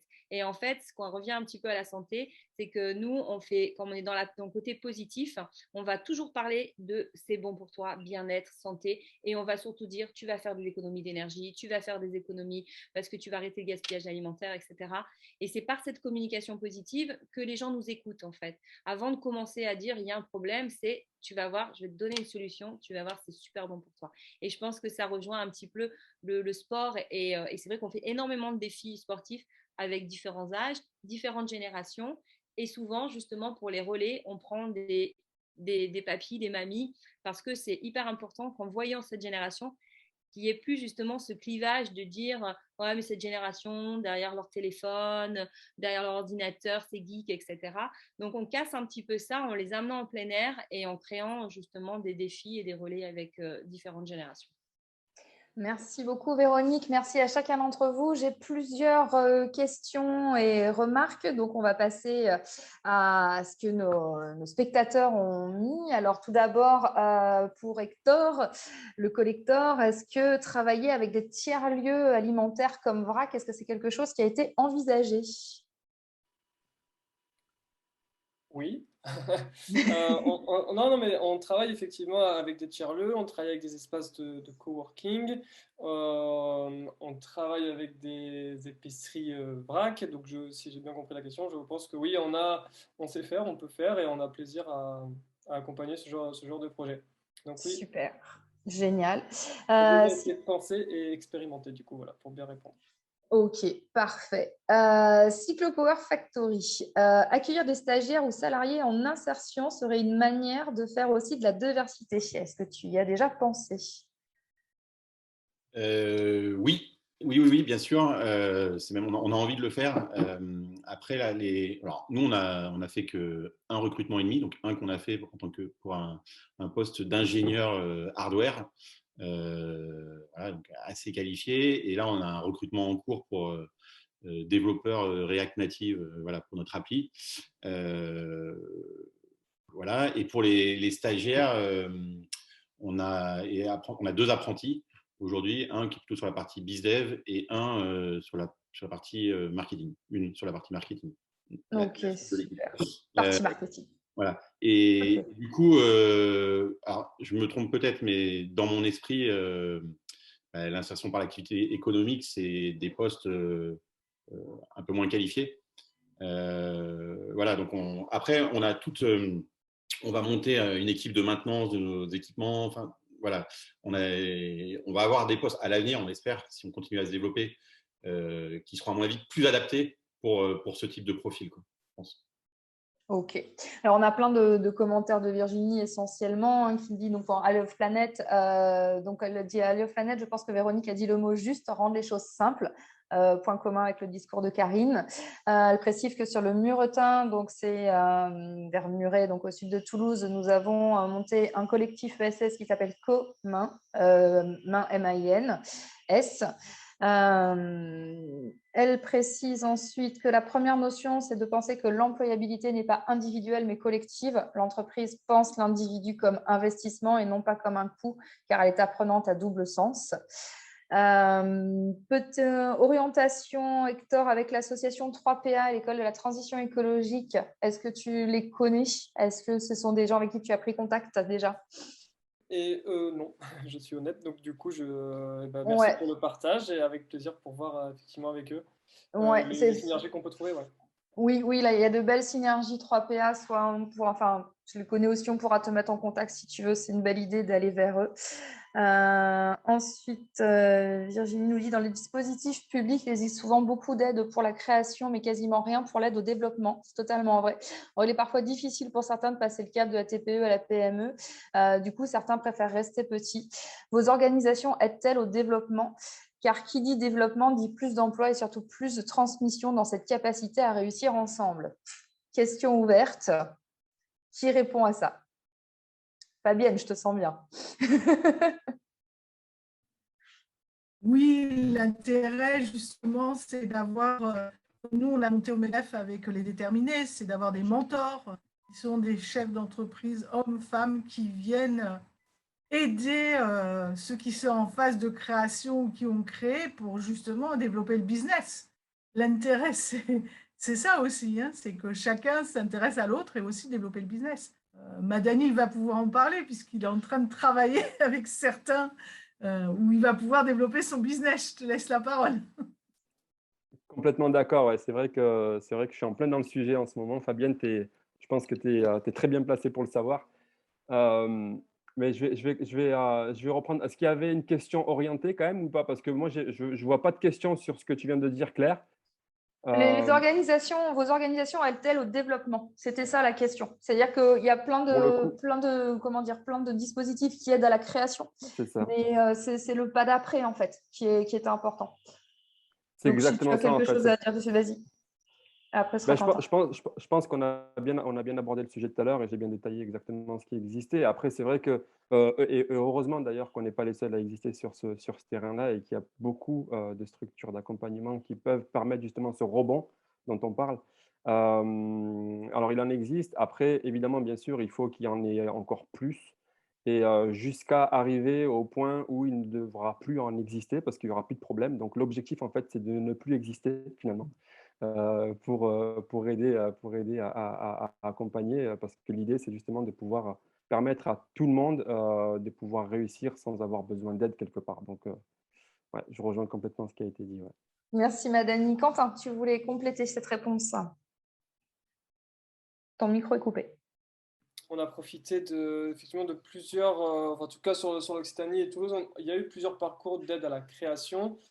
Mais effectivement, une fois qu'on est passé par cette étape, des fois, c'est vrai que l'étape de développement, l'étape d'après, on trouve un peu moins d'accompagnement. C'est plus centré sur les premières étapes de la création d'entreprise, définir le business plan, trouver ses premiers clients. Mais voilà, mais là, nous aussi, ça me parle beaucoup parce qu'on est dans une phase avec Hector où on a fait la première partie et là, on aimerait passer à l'étape d'après, monter un peu d'échelle, continuer à grandir.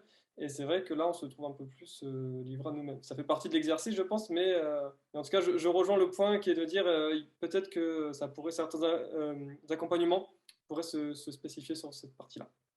Merci beaucoup, Karine. Vas-y, je t'en prie. Oui, alors moi, je pensais au lobby en fait institutionnel. Je me disais, il y a des points de jonction quand même forts sur le développement. Et territorialement parlant, on peut se mettre autour d'une table et écrire, rédiger des appels d'offres, des appels à projets pour aller solliciter justement, c'est toute la question des strates en fait, hein, c'est que il y a des représentants, là on a le MEDEF, mais qui peut aller aussi négocier à plus haute échelle des projets territoriaux plus alternatifs, mais qui ont cette force quand même et cette possibilité d'aller travailler le développement. Et moi, ça se voit, c'est toujours été, hein, c'est pas nouveau, mais là, c'est de plus en plus actif.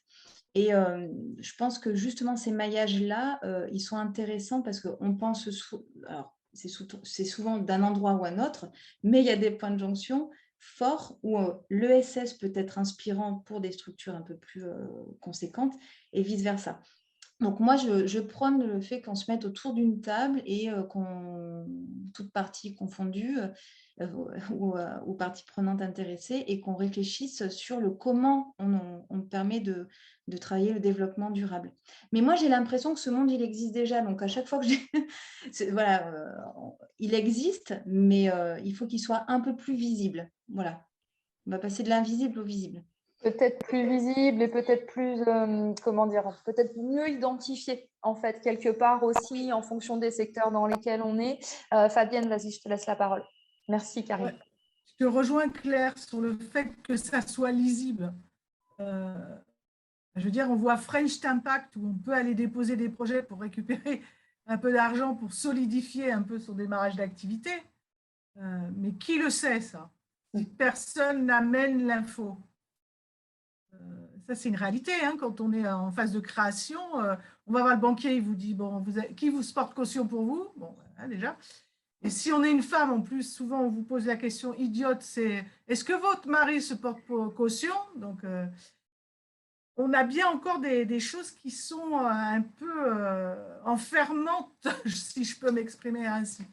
Je pense que, et nous, justement, au MEDEF, on agite un peu ça, parce que comment on peut soutenir des gens qui ont créé une boîte et continuer à ce qu'on appelle les tours de table financiers, hein, c'est tout simplement.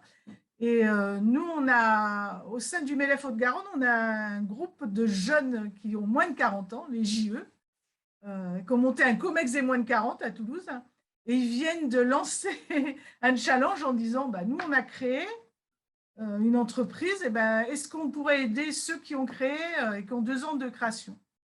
Et ils vont mentorer. Mentorer, ça veut dire comment je vais t'aider à trouver d'autres clients ou à solidifier ta trésorerie ou à essayer de chercher des sous à droite, à gauche. Je crois que c'est ça l'intérêt, c'est justement de se regrouper à des moments pour pouvoir être pas tout seul face à l'adversité. Parce que créateur d'entreprise, quand on n'a pas d'argent, hein, qu'on a les poches vides, mais qu'on a une super idée, avant que ça rapporte, on y met 5 ans, quoi. Hein. Donc, comment on arrive à rester au-delà des 5 ans sans se payer encore, etc., etc. Parce que ça, c'est un peu la réalité du quotidien quand même. Donc, et je pense que c'est là où il faut que nous, qui sommes dans nos réseaux respectifs, on apporte cette solution, cette lisibilité, ce contact, et qu'on soit facilitateur. Et c'est là où on voit que les gens, ils ont changé de mentalité, parce qu'on ne se garde plus l'info pour nous. Maintenant, on la partage. Et c'est ça qui fait la richesse. Tout à fait. Et ça, c'est chouette que tu le soulignes aussi. En t'écoutant, forcément, je pense au CJD, hein, le Centre des jeunes dirigeants, où on est aussi dans cette logique d'accompagnement de pair à pair, et où justement, on s'accompagne pour faire grandir nos boîtes dans le respect de l'humain. Tant qu'à faire, c'est chouette aussi. Donc voilà, il y a plusieurs choses qui existent, mais il faut savoir que ça existe. Madani, tu voulais ajouter quelque chose? Ouais, je voulais juste apporter en fait ma petite contribution à ce que vient de dire Fabienne.